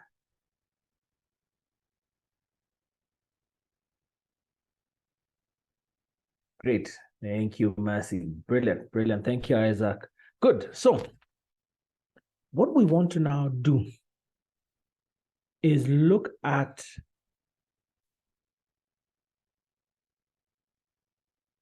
how do we use these numbers? How do we use this information we have about compounding, about discounting, about inflation, about time value to make decisions? And we want to begin to look at not necessarily 60, but retirement. Yeah? And we'll extrapolate 10 years, 15 years, 20 years. We'll ask ourselves, what do we actually need at retirement? And at that retirement, one of the questions we're going to be asking ourselves is, what do we need to have in place to have an income that will enable us to live the sort of lifestyle we want? So let's jump into some numbers. Today, my lifestyle is 100,000 Kenya shillings. Yeah, this is we're looking at putting fuel in the car. We're looking at that newspaper that I buy every Friday. We're looking at electricity where I live. We're looking at LPG. So every month I need 100,000, which translates to 1.2 million every year. So what I need to find out in retirement, if inflation is at 10%, how much will I need to do the same things? If inflation is at 10%, how much will I need in 10 years? How much will I need in 20 years? How much will I need in 15 years? Now, that's a difficult mathematics. So what we've done, we will provide you, if you already haven't gotten, a table. And what this table does for you, let me just expand this so that you're able to see better. It is able to tell you the value of one at a given interest and a period of years. So the interest ranges from 1 to 30%, and the duration ranges from 1 year to 30 years. And it enables you to appreciate the value of one in the future. So if I take 1 shilling and I invest it for 10 years, if I take $1 and my inflation rate is 10%, what will that $1 for me to be able to have value of $1, how many additional dollars will I need? Now, we're looking at 10 years, 10%. So I come to my 10% here and I look for where it intersects with 10 years. And it is 2.59. What does this mean? It means 2 things. If I invest 1 shilling, $1, 1 rupee at 10% for 10 years, it will have grown to 2 shillings and 59 cents. It will have grown to $2.59. But when we talk about inflation and our retirement, what it means, if our inflation rate is 10%, in 10 years' time, I will need 2 shillings and 59 to do the exact same thing 1 shilling is doing today. I will need 2.5 or $2.60 in 10 years' time to do the same thing a dollar is able to do today. To purchase the same thing a dollar is able to purchase today. So for our purposes, what it says is that to be able to live my life 10 years from today, if inflation is at 10%, I will need 259,000 every month to do the same things. Remember, when we're talking about maintaining, when we're talking about an inflation adjustment, what we're simply doing is we are maintaining the quality of lifestyle so that I'm able to put in the same fuel that I was putting in. I'm able to buy the same loaf of bread. I'm able to pay my electricity bill 10 years from today, despite the change in pricing. Yeah. When we talk about 15 years, let's see what that looks like. We come back to our table. We look at the intersection between 10 and 15 years, and it's 4.18. So let's come back to our table and say 4.18. So every month, what I will need to do the exact same thing is 418,000 shillings every month, which translates to 5 million every year.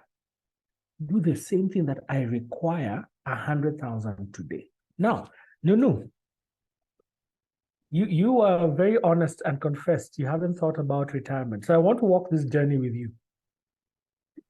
Okay. Are you beginning to see? Yes. I am. Why it's an important Yes, conversation to have? it is. It's very important. It's a very important conversation Yes. to have. Yeah. I'm So convinced. Thank you. good. I'm glad. And we will build this a bit further. Thank you. Good. It's very important for you to begin to appreciate how much you need to live today. Do your budget, do your tracking, have that emergency fund, have that irregular expenditure fund as part of your budget, because that is what will determine how much you need, not only today, but going into the future. Yeah. If you're looking at your pension, you need to be able to you need to start asking yourself, will my pension be sufficient for my future needs? Now, let me hit you with some scary numbers. In the Kenyan context, some of the numbers we're seeing is that those who are providing, who are participating in providing for their pensions, the pension will only provide 30% of their needs in retirement. Will only provide 30% of their needs in retirement, which means if my lifestyle today is 100,000, my pension will only give me 30,000. Yeah, if I'm retiring here and now. If I'm retiring 10 years from today, 30% of that will be, let me just do a quick calculation. I will only be getting 77,000. But my need is 259, but I'm only getting 77,000. The vast majority of us are not going to have enough from our pension. And therefore, we have to find a way to bridge the gap. Again, this begins to explain the challenge that we have, that we will not have enough income in retirement. And this is why you begin to send money to people who have retired and are living in the village. But yet they have land, they have assets, but you're having to support. We find now that children are having to support parents who, for all intents and purposes, have assets from which they should be able to be living off, but the question of, do you have sufficient income? Yeah. Maureen, I love your question. May I ask if this amount for personal lifestyle? Yes, this is personal. This is personal to you. And when we talk about lifestyle, it's an all-encompassing figure. We're looking at all expenditures. Are you going to be paying for mortgage? Are you going to be paying your utilities? Are you going to be paying for healthcare? Yeah. Insurance covers for your vehicles, for your houses. If you have social commitments, whatever those are, if you're going to have subscriptions, if you're going to be at the club, how are you going to pay for the subscription at the club? That's what we entail as lifestyle. Now, what happens with your spouse is a good question. Yeah, many times we have this conversation alone. Many times we have this conversation alone, and it's a conversation you need to begin to have with your spouse. Because if they are the ones depleting your budget, you're in trouble. Again, one of the interesting and unfortunate conversations I have is you find a conversation that a spouse says, my spouse has accustomed us to a lifestyle I cannot sustain. They are the ones who are paying the big bills. So they choose where we live. They choose how we're investing. Yeah. And if you come in the African cultural context, this tends to be a decision that the man makes. Why? He's the one who pays the big bills. So he determines where you live. He determines where children go to school because he's paying the big bills, or they are paying the big bills. Or you find now the breadwinner, the one who has a big income, is the one who makes the big decisions. So the person who is earning less is in many ways trapped, because they're asking themselves, with what I have, what would happen if they are not earning? And so you find many times couples pull in different directions. Many times also couples lay the burden on one. And this one is usually the one who's earning more.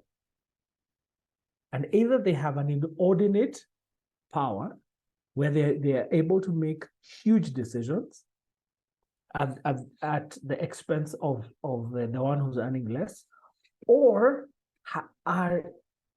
end up carrying an inordinate burden. Because they're earning more, they have this weight on their shoulders. So it's very important to come together and ask yourself, when you talk about monthly lifestyle, what is our monthly lifestyle? And the assumption is this, that you are going to retire together, not alone. And this conversation is important when you talk about where you're going to retire. And my dad was very clear, he's not going back to the village. Very clear. So he set himself up to be able to live in the city. Now, thankfully, my mom is very happy to retire in the city. But we're now having a conversation of what does that actually mean? Yeah? Do they stay where they are? Do they move to a smaller property? Now, my wife and I thankfully had this conversation early, and we are agreed. We are going to settle in the village. Yeah. Sorry, Nunu. No worries, no worries. I'll share one or two insights that you can pick up in the recording. But Thank you so thank much. you. Thank you. You're very welcome. It's important to have this conversation so that then you are aligned on what it is you want to do. Yeah. Now let's take our conversation a little bit further, and then we will put in why this conversation is important for you as in a family context. So we've seen that we need 259,000 every month to be able to do the same things I am doing today. Yeah, if I'm going to retire in 10 years. Now, for Peter, a lot of this conversation is centered around the 100K mark. Why? Because his retirement is very close. So the question you need to ask yourself, what do I need to invest so that the income I get from it is enough for me to live on. So if we're looking at rental property, which in the Kenyan context gives a return of about 6%, the 259 that I need every month translates to 3.1 million at the end of the year that I need in cold hard cash. That's the rent I need to collect. So how much do I need to have put in, either in land that I build on a rental unit, or that I have gone and actually purchased rental units? So 6% is what I'm getting out. So what would the 100% be? Yeah. So let's look at that. This 100%, I would need to invest 51.8 million, or have invested 51.8 million, or have 51.8 million as cash that I then go and buy a rental property or rental properties, or I buy land and build rental properties, which I then lease, yeah, to be able to get the 3.1 million. Now, let's say I was looking at a different, and I'm talking about money market funds, I'm talking about treasury bills. What would I actually need in cold hard cash to put into that investment? I would need 25.9 million, give or take half what I would need in rental property. Now, this is the money that I need to invest so that that asset, that investment is giving me the income I need. Now, we usually hit people with these numbers so that you begin to appreciate the level of investment you need to put down simply to be able to provide for your retirement. That's what it says. Yeah. Now let's push the conversation further. This is money I need 10 years from today. So in the present, now, how much do I need to have to save now? So that now, this is the money I'm saying I'm going to build this pool to get me the 25.9 in the future, to get me to the 51.8 I need in the future. Yeah. So we know what we have. We're asking ourselves, what do I need now? What is the present value of this amount that I am clear about in the future? That I have this figure that I need to achieve in the future. What is the present value? So when we go to our tables, we have a second table, which is yes, thank you. My machine is it's taking a bit of time. So we have a second table, and this second table enables us to determine the present value of one. So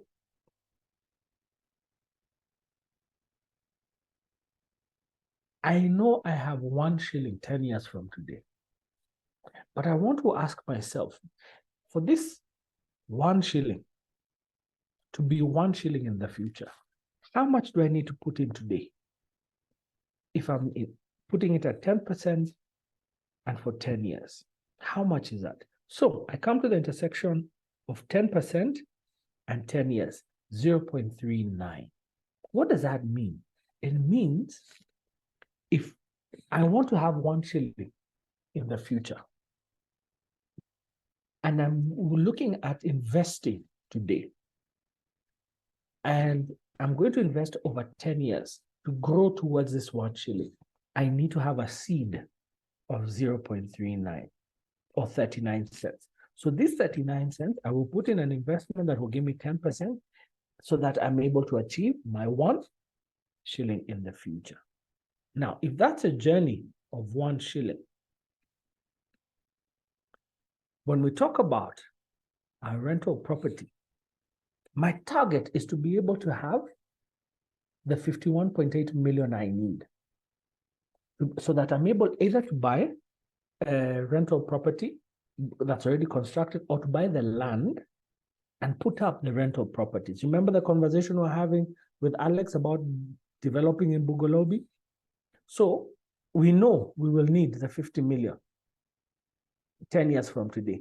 So to invest today so that we have that 50 million, we need to have 20 million now. And this money, we specifically invested in an investment that gives us at least 10%. So in 10 years, we are able to have the 51 million that we require. It's a huge amount, but that's the reality. So if you're saying, I want to be able to use, I want to be able to get rent and to live off that rent, yeah, these are the sort of numbers I want to play around. Now, with commercial property, where the return is about 12%, for me, for Alex to be able to say he's going to be able to have the 25.9 million to buy the land, to put up the commercial spaces that give him the return of 12%, he needs to be able to have the equivalent. So this, we're talking about Kenya shillings. So Alex, you need to convert 1.6 million, say 1.7 million to Uganda shillings. Yeah. The rate is what, about 30? Is that correct? Yes, it's about 36, 37, thereabouts. Good. So for you to be able to achieve that, so for in Uganda shillings, if we say this is times 30, you will need about 1.5 billion Uganda shillings. Yeah, sorry, no, this is not what you need. Yeah, you will need, give or take, 777 million Uganda shillings 10 years from today. Now, that is the money you need to buy the land in Bugolobi and build, or to go and buy the finished unit. Somebody has already done the building, so you go and buy. So to be able to achieve that, your seed today needs to be at least 51 million Uganda shillings that you put in an investment that gives you minimum 10%. Alex, at the risk of exposing you, do you have 51 million Uganda shillings sitting somewhere in cold hard cash? Yes, I do. You do? Yeah. You and I need to be friends. You and I need to be friends. Sure. And it's called hard cash. Yes. Fantastic. Fantastic. Now, you have the seed you need to be able to have the money you require 10 years from today. Yeah. And you are in a very unique place that you actually have the cash. The vast majority of us do not have that cash. And what we're going to be relying on is a conversation of how can I use my salary to unlock, to be the tool that I use to save. Yeah. Now, when we talk about our salary, we are talking about an annuity. Why are we talking about an annuity? It becomes an annuity in this respect because we're looking at every month saving and putting this aside. Every month, we're going to be saving. So every month, we're going to take away a certain amount of money and put towards an investment. And we will do that for 1 year, for 2 years, for 10 years to be able to build to this lump sum that we're talking about. So we look at our third table. And you will notice this table is called future value interest factor annuity. And the annuity speaks to this fact that we are going to be adding every year a top up.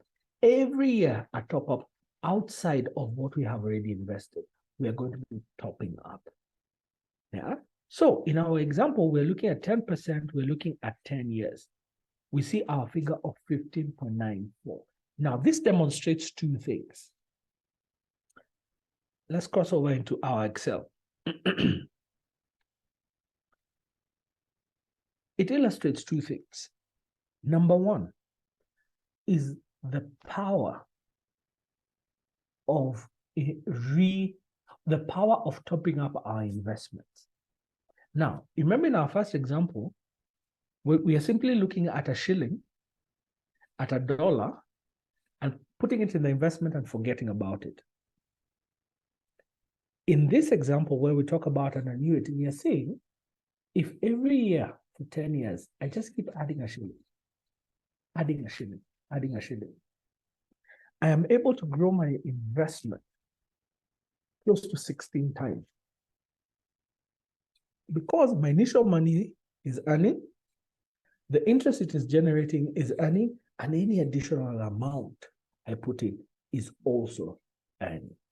Now, if I am looking at those rental properties, I need to be able to generate 3.2 million Kenya shillings every year that I put in, or I need to have 270,000 that I save every month, so that at the end of the year, I have 3.2 million that I invest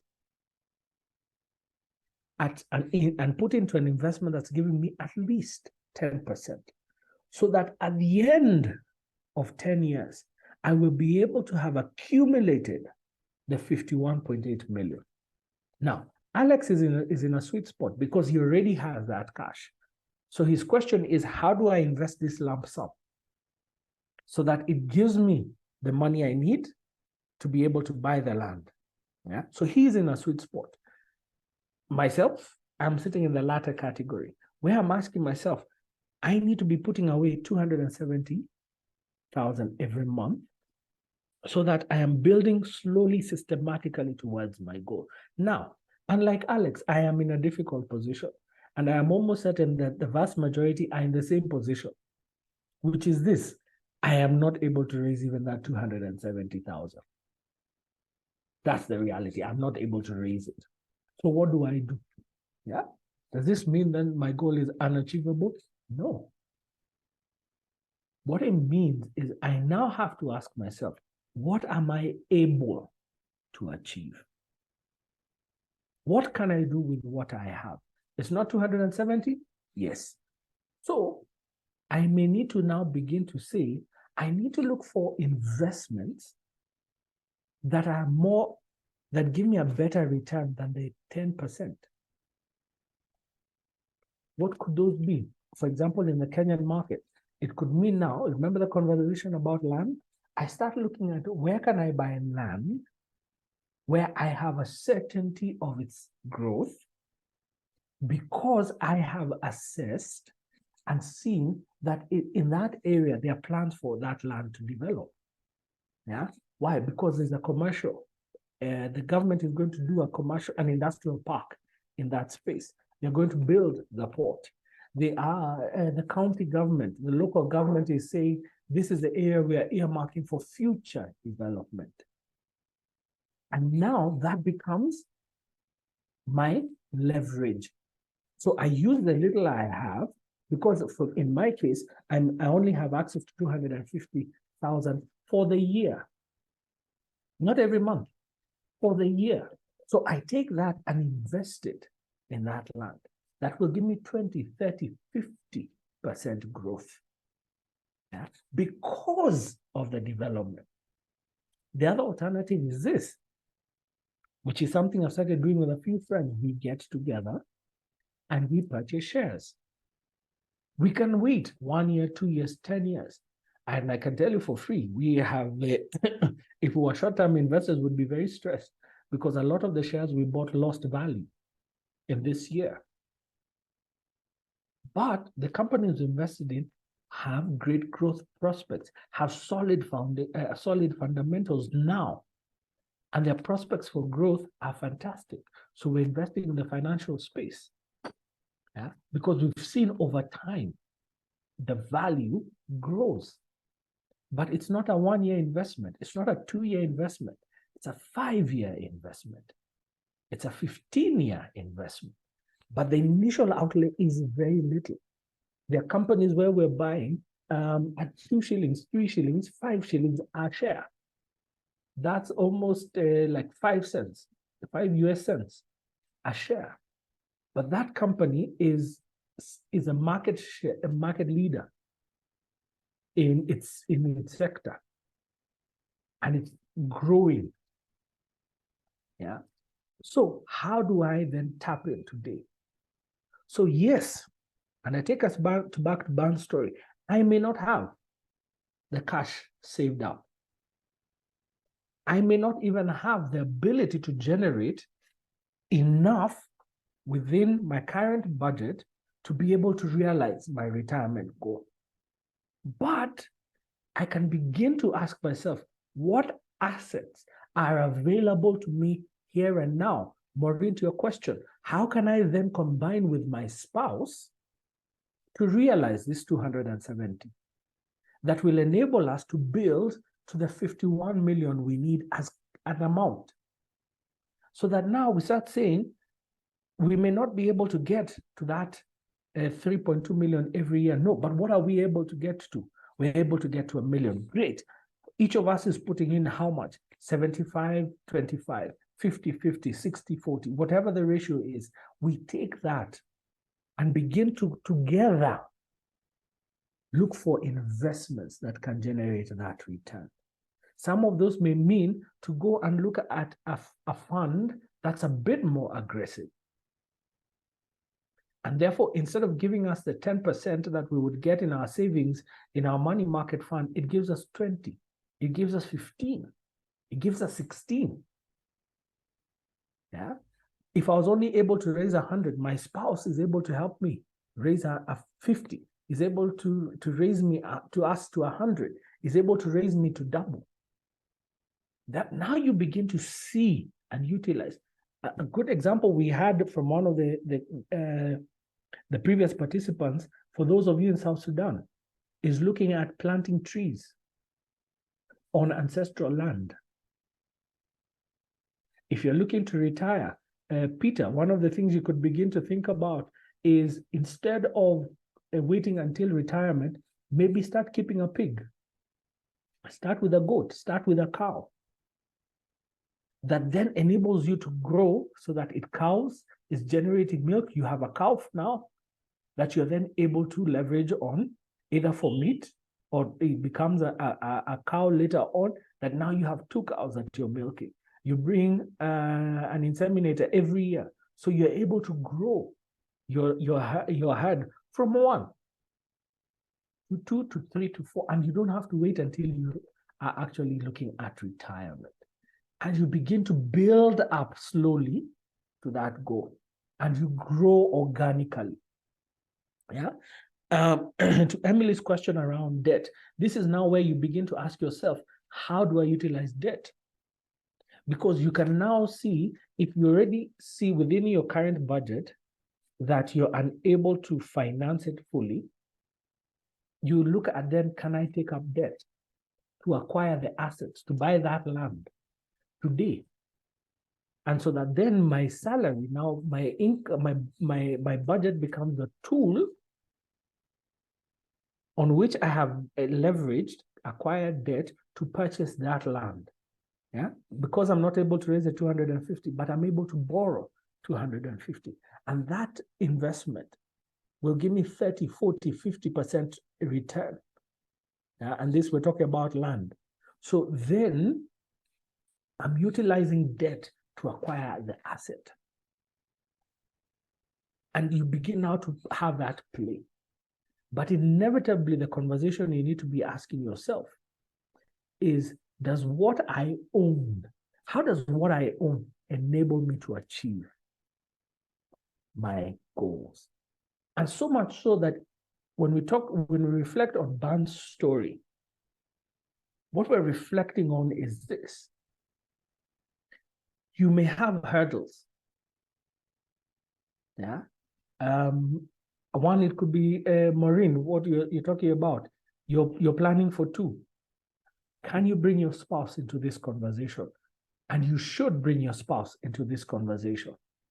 You could have hurdles where you are saying, and great, it's important to bring them on board, I'm glad, to begin to think about, what do you actually have available to you? Yeah. And you could be, and I love that Emily brought up the issue of debt, that you have access to cheap money, or you have access to a facility, and therefore that becomes leverage. There was someone I was talking to, and because of the nature of their work within government, they had access to subsidized loans. So they borrowed single digit. So what they did with their spouse is they used that facility to build assets. And they're able to borrow at the lower rate, repay, and build their pool. And when we were having that conversation, they had been able to buy into several properties, which they were now looking at offloading, so that they now have cash.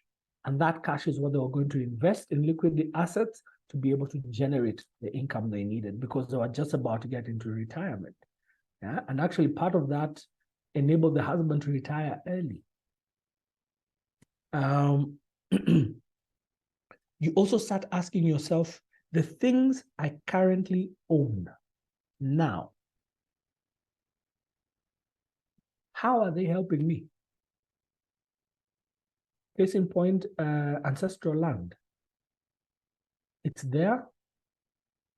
There's nothing I'm doing on it. Can I plant trees? Can I start a goat farm? And just start with one goat, because you have time. Start with one goat. Maybe I don't have time. So what do I want to do?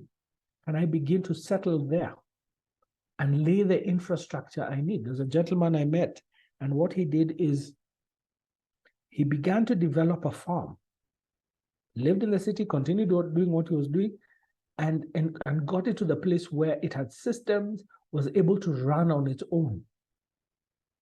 So that by the time he retires, it's a fully fledged entity and is not necessarily waiting.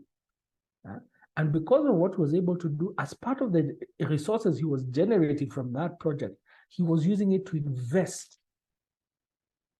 His salary was able to maintain all his other expenditures and to some extent support that business. But once it took off, it stands on its own. And so in retirement, he's able now to do the things we're talking about of traveling, because he's already established systems and put in place a business as is his investment. Now, business is important to have this conversation early. If you're looking at business for retirement, these are facts you need to have in mind, that 50% of all, 75% of all of new businesses will not see their third birthday. Those that cross over from the third birthday, 50% of them will not see their fifth birthday. So if you're planning to use your salary, your retirement benefits, thank you very much, Peter. If you're planning to use your retirement benefits for your retirement, then you're in trouble. Because with those numbers, it means your business cannot be your fallback. Because here's the other thing. There are two incomes you're going to be generating from that, you can get from that business. Number one is you're either a salary, you're collecting a salary from that business, or you're waiting for profit and you get a dividend, a portion of that profit, which means you've paid everybody else and been left with something at the end. And even of that, you're only getting a portion. So the question you need to be asking yourself, is your business able to give you, to generate enough sales to pay you the salary you would need, and then be left with something at the end to pay everybody else? Now, if your CEO today, your director,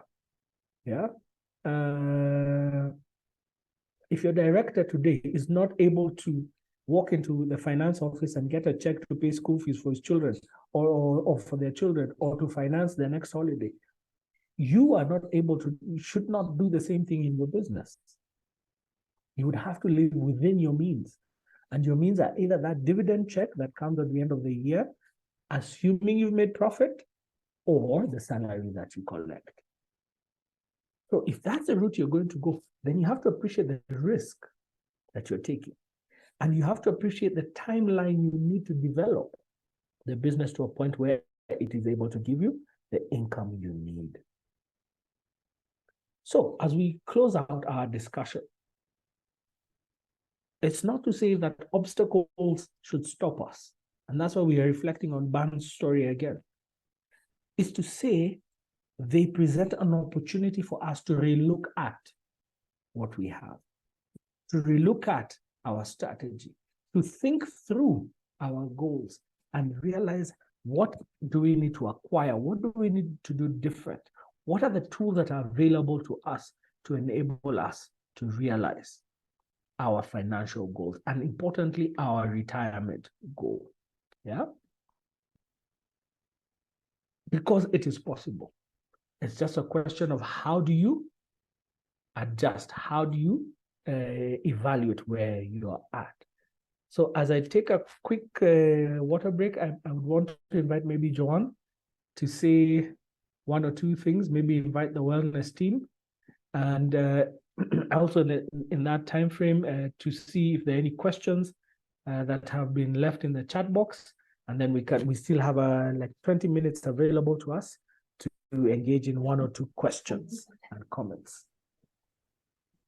Thank you, King Ori. Thank you very much for another exciting session, and thank you for to the team for engaging. The interaction on the chat box is quite a bit. Thank you very much. So at this moment, I'd like to invite the wellness team. Checking on my attendance, I don't seem to have Jane here. So I'd like to ask, in case there's any representative from the wellness team, kindly let me know so that we can do the session. Okay, so even as we do that, I am going to be posting the link, the feedback, as usual, in the chat box.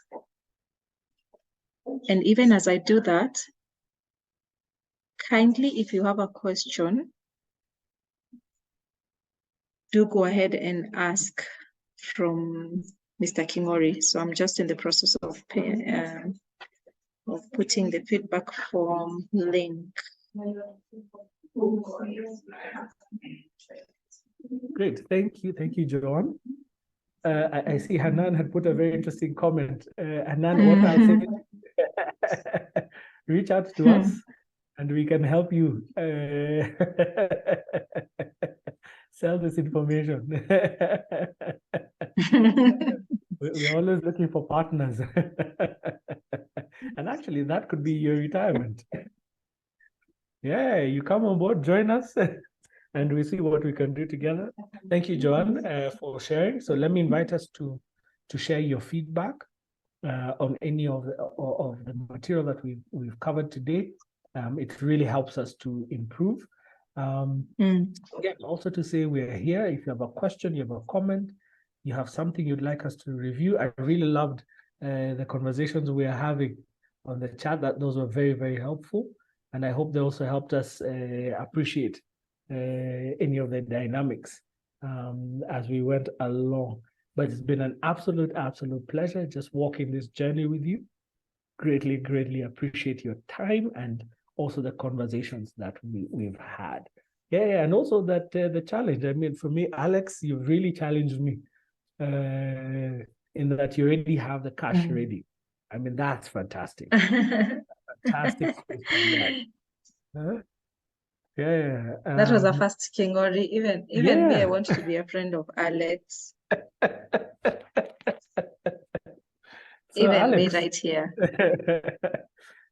You can be sure I'll be visiting you in Bugolobi. Yeah, great. Wonderful. Good. Yes, this is your time. Any questions, any comments you have, please feel free to unmute or put in the chat, and we can pick it up. Anything that you feel I've shared. Yes, it's okay, King Ori. I just wanted to mention that I have shared the link to the feedback form on the chat box. Kindly click on it. It's very quick. Kindly click on it. Just give us your honest feedback so that we can be able to improve the content, improve the delivery, and any person who goes through this after you will have an amazing experience. If it's also been exciting and full of learning, full of a lot of learnings, then also do feel free to share that. So it's a time to ask questions if you have any, as you fill the feedback form.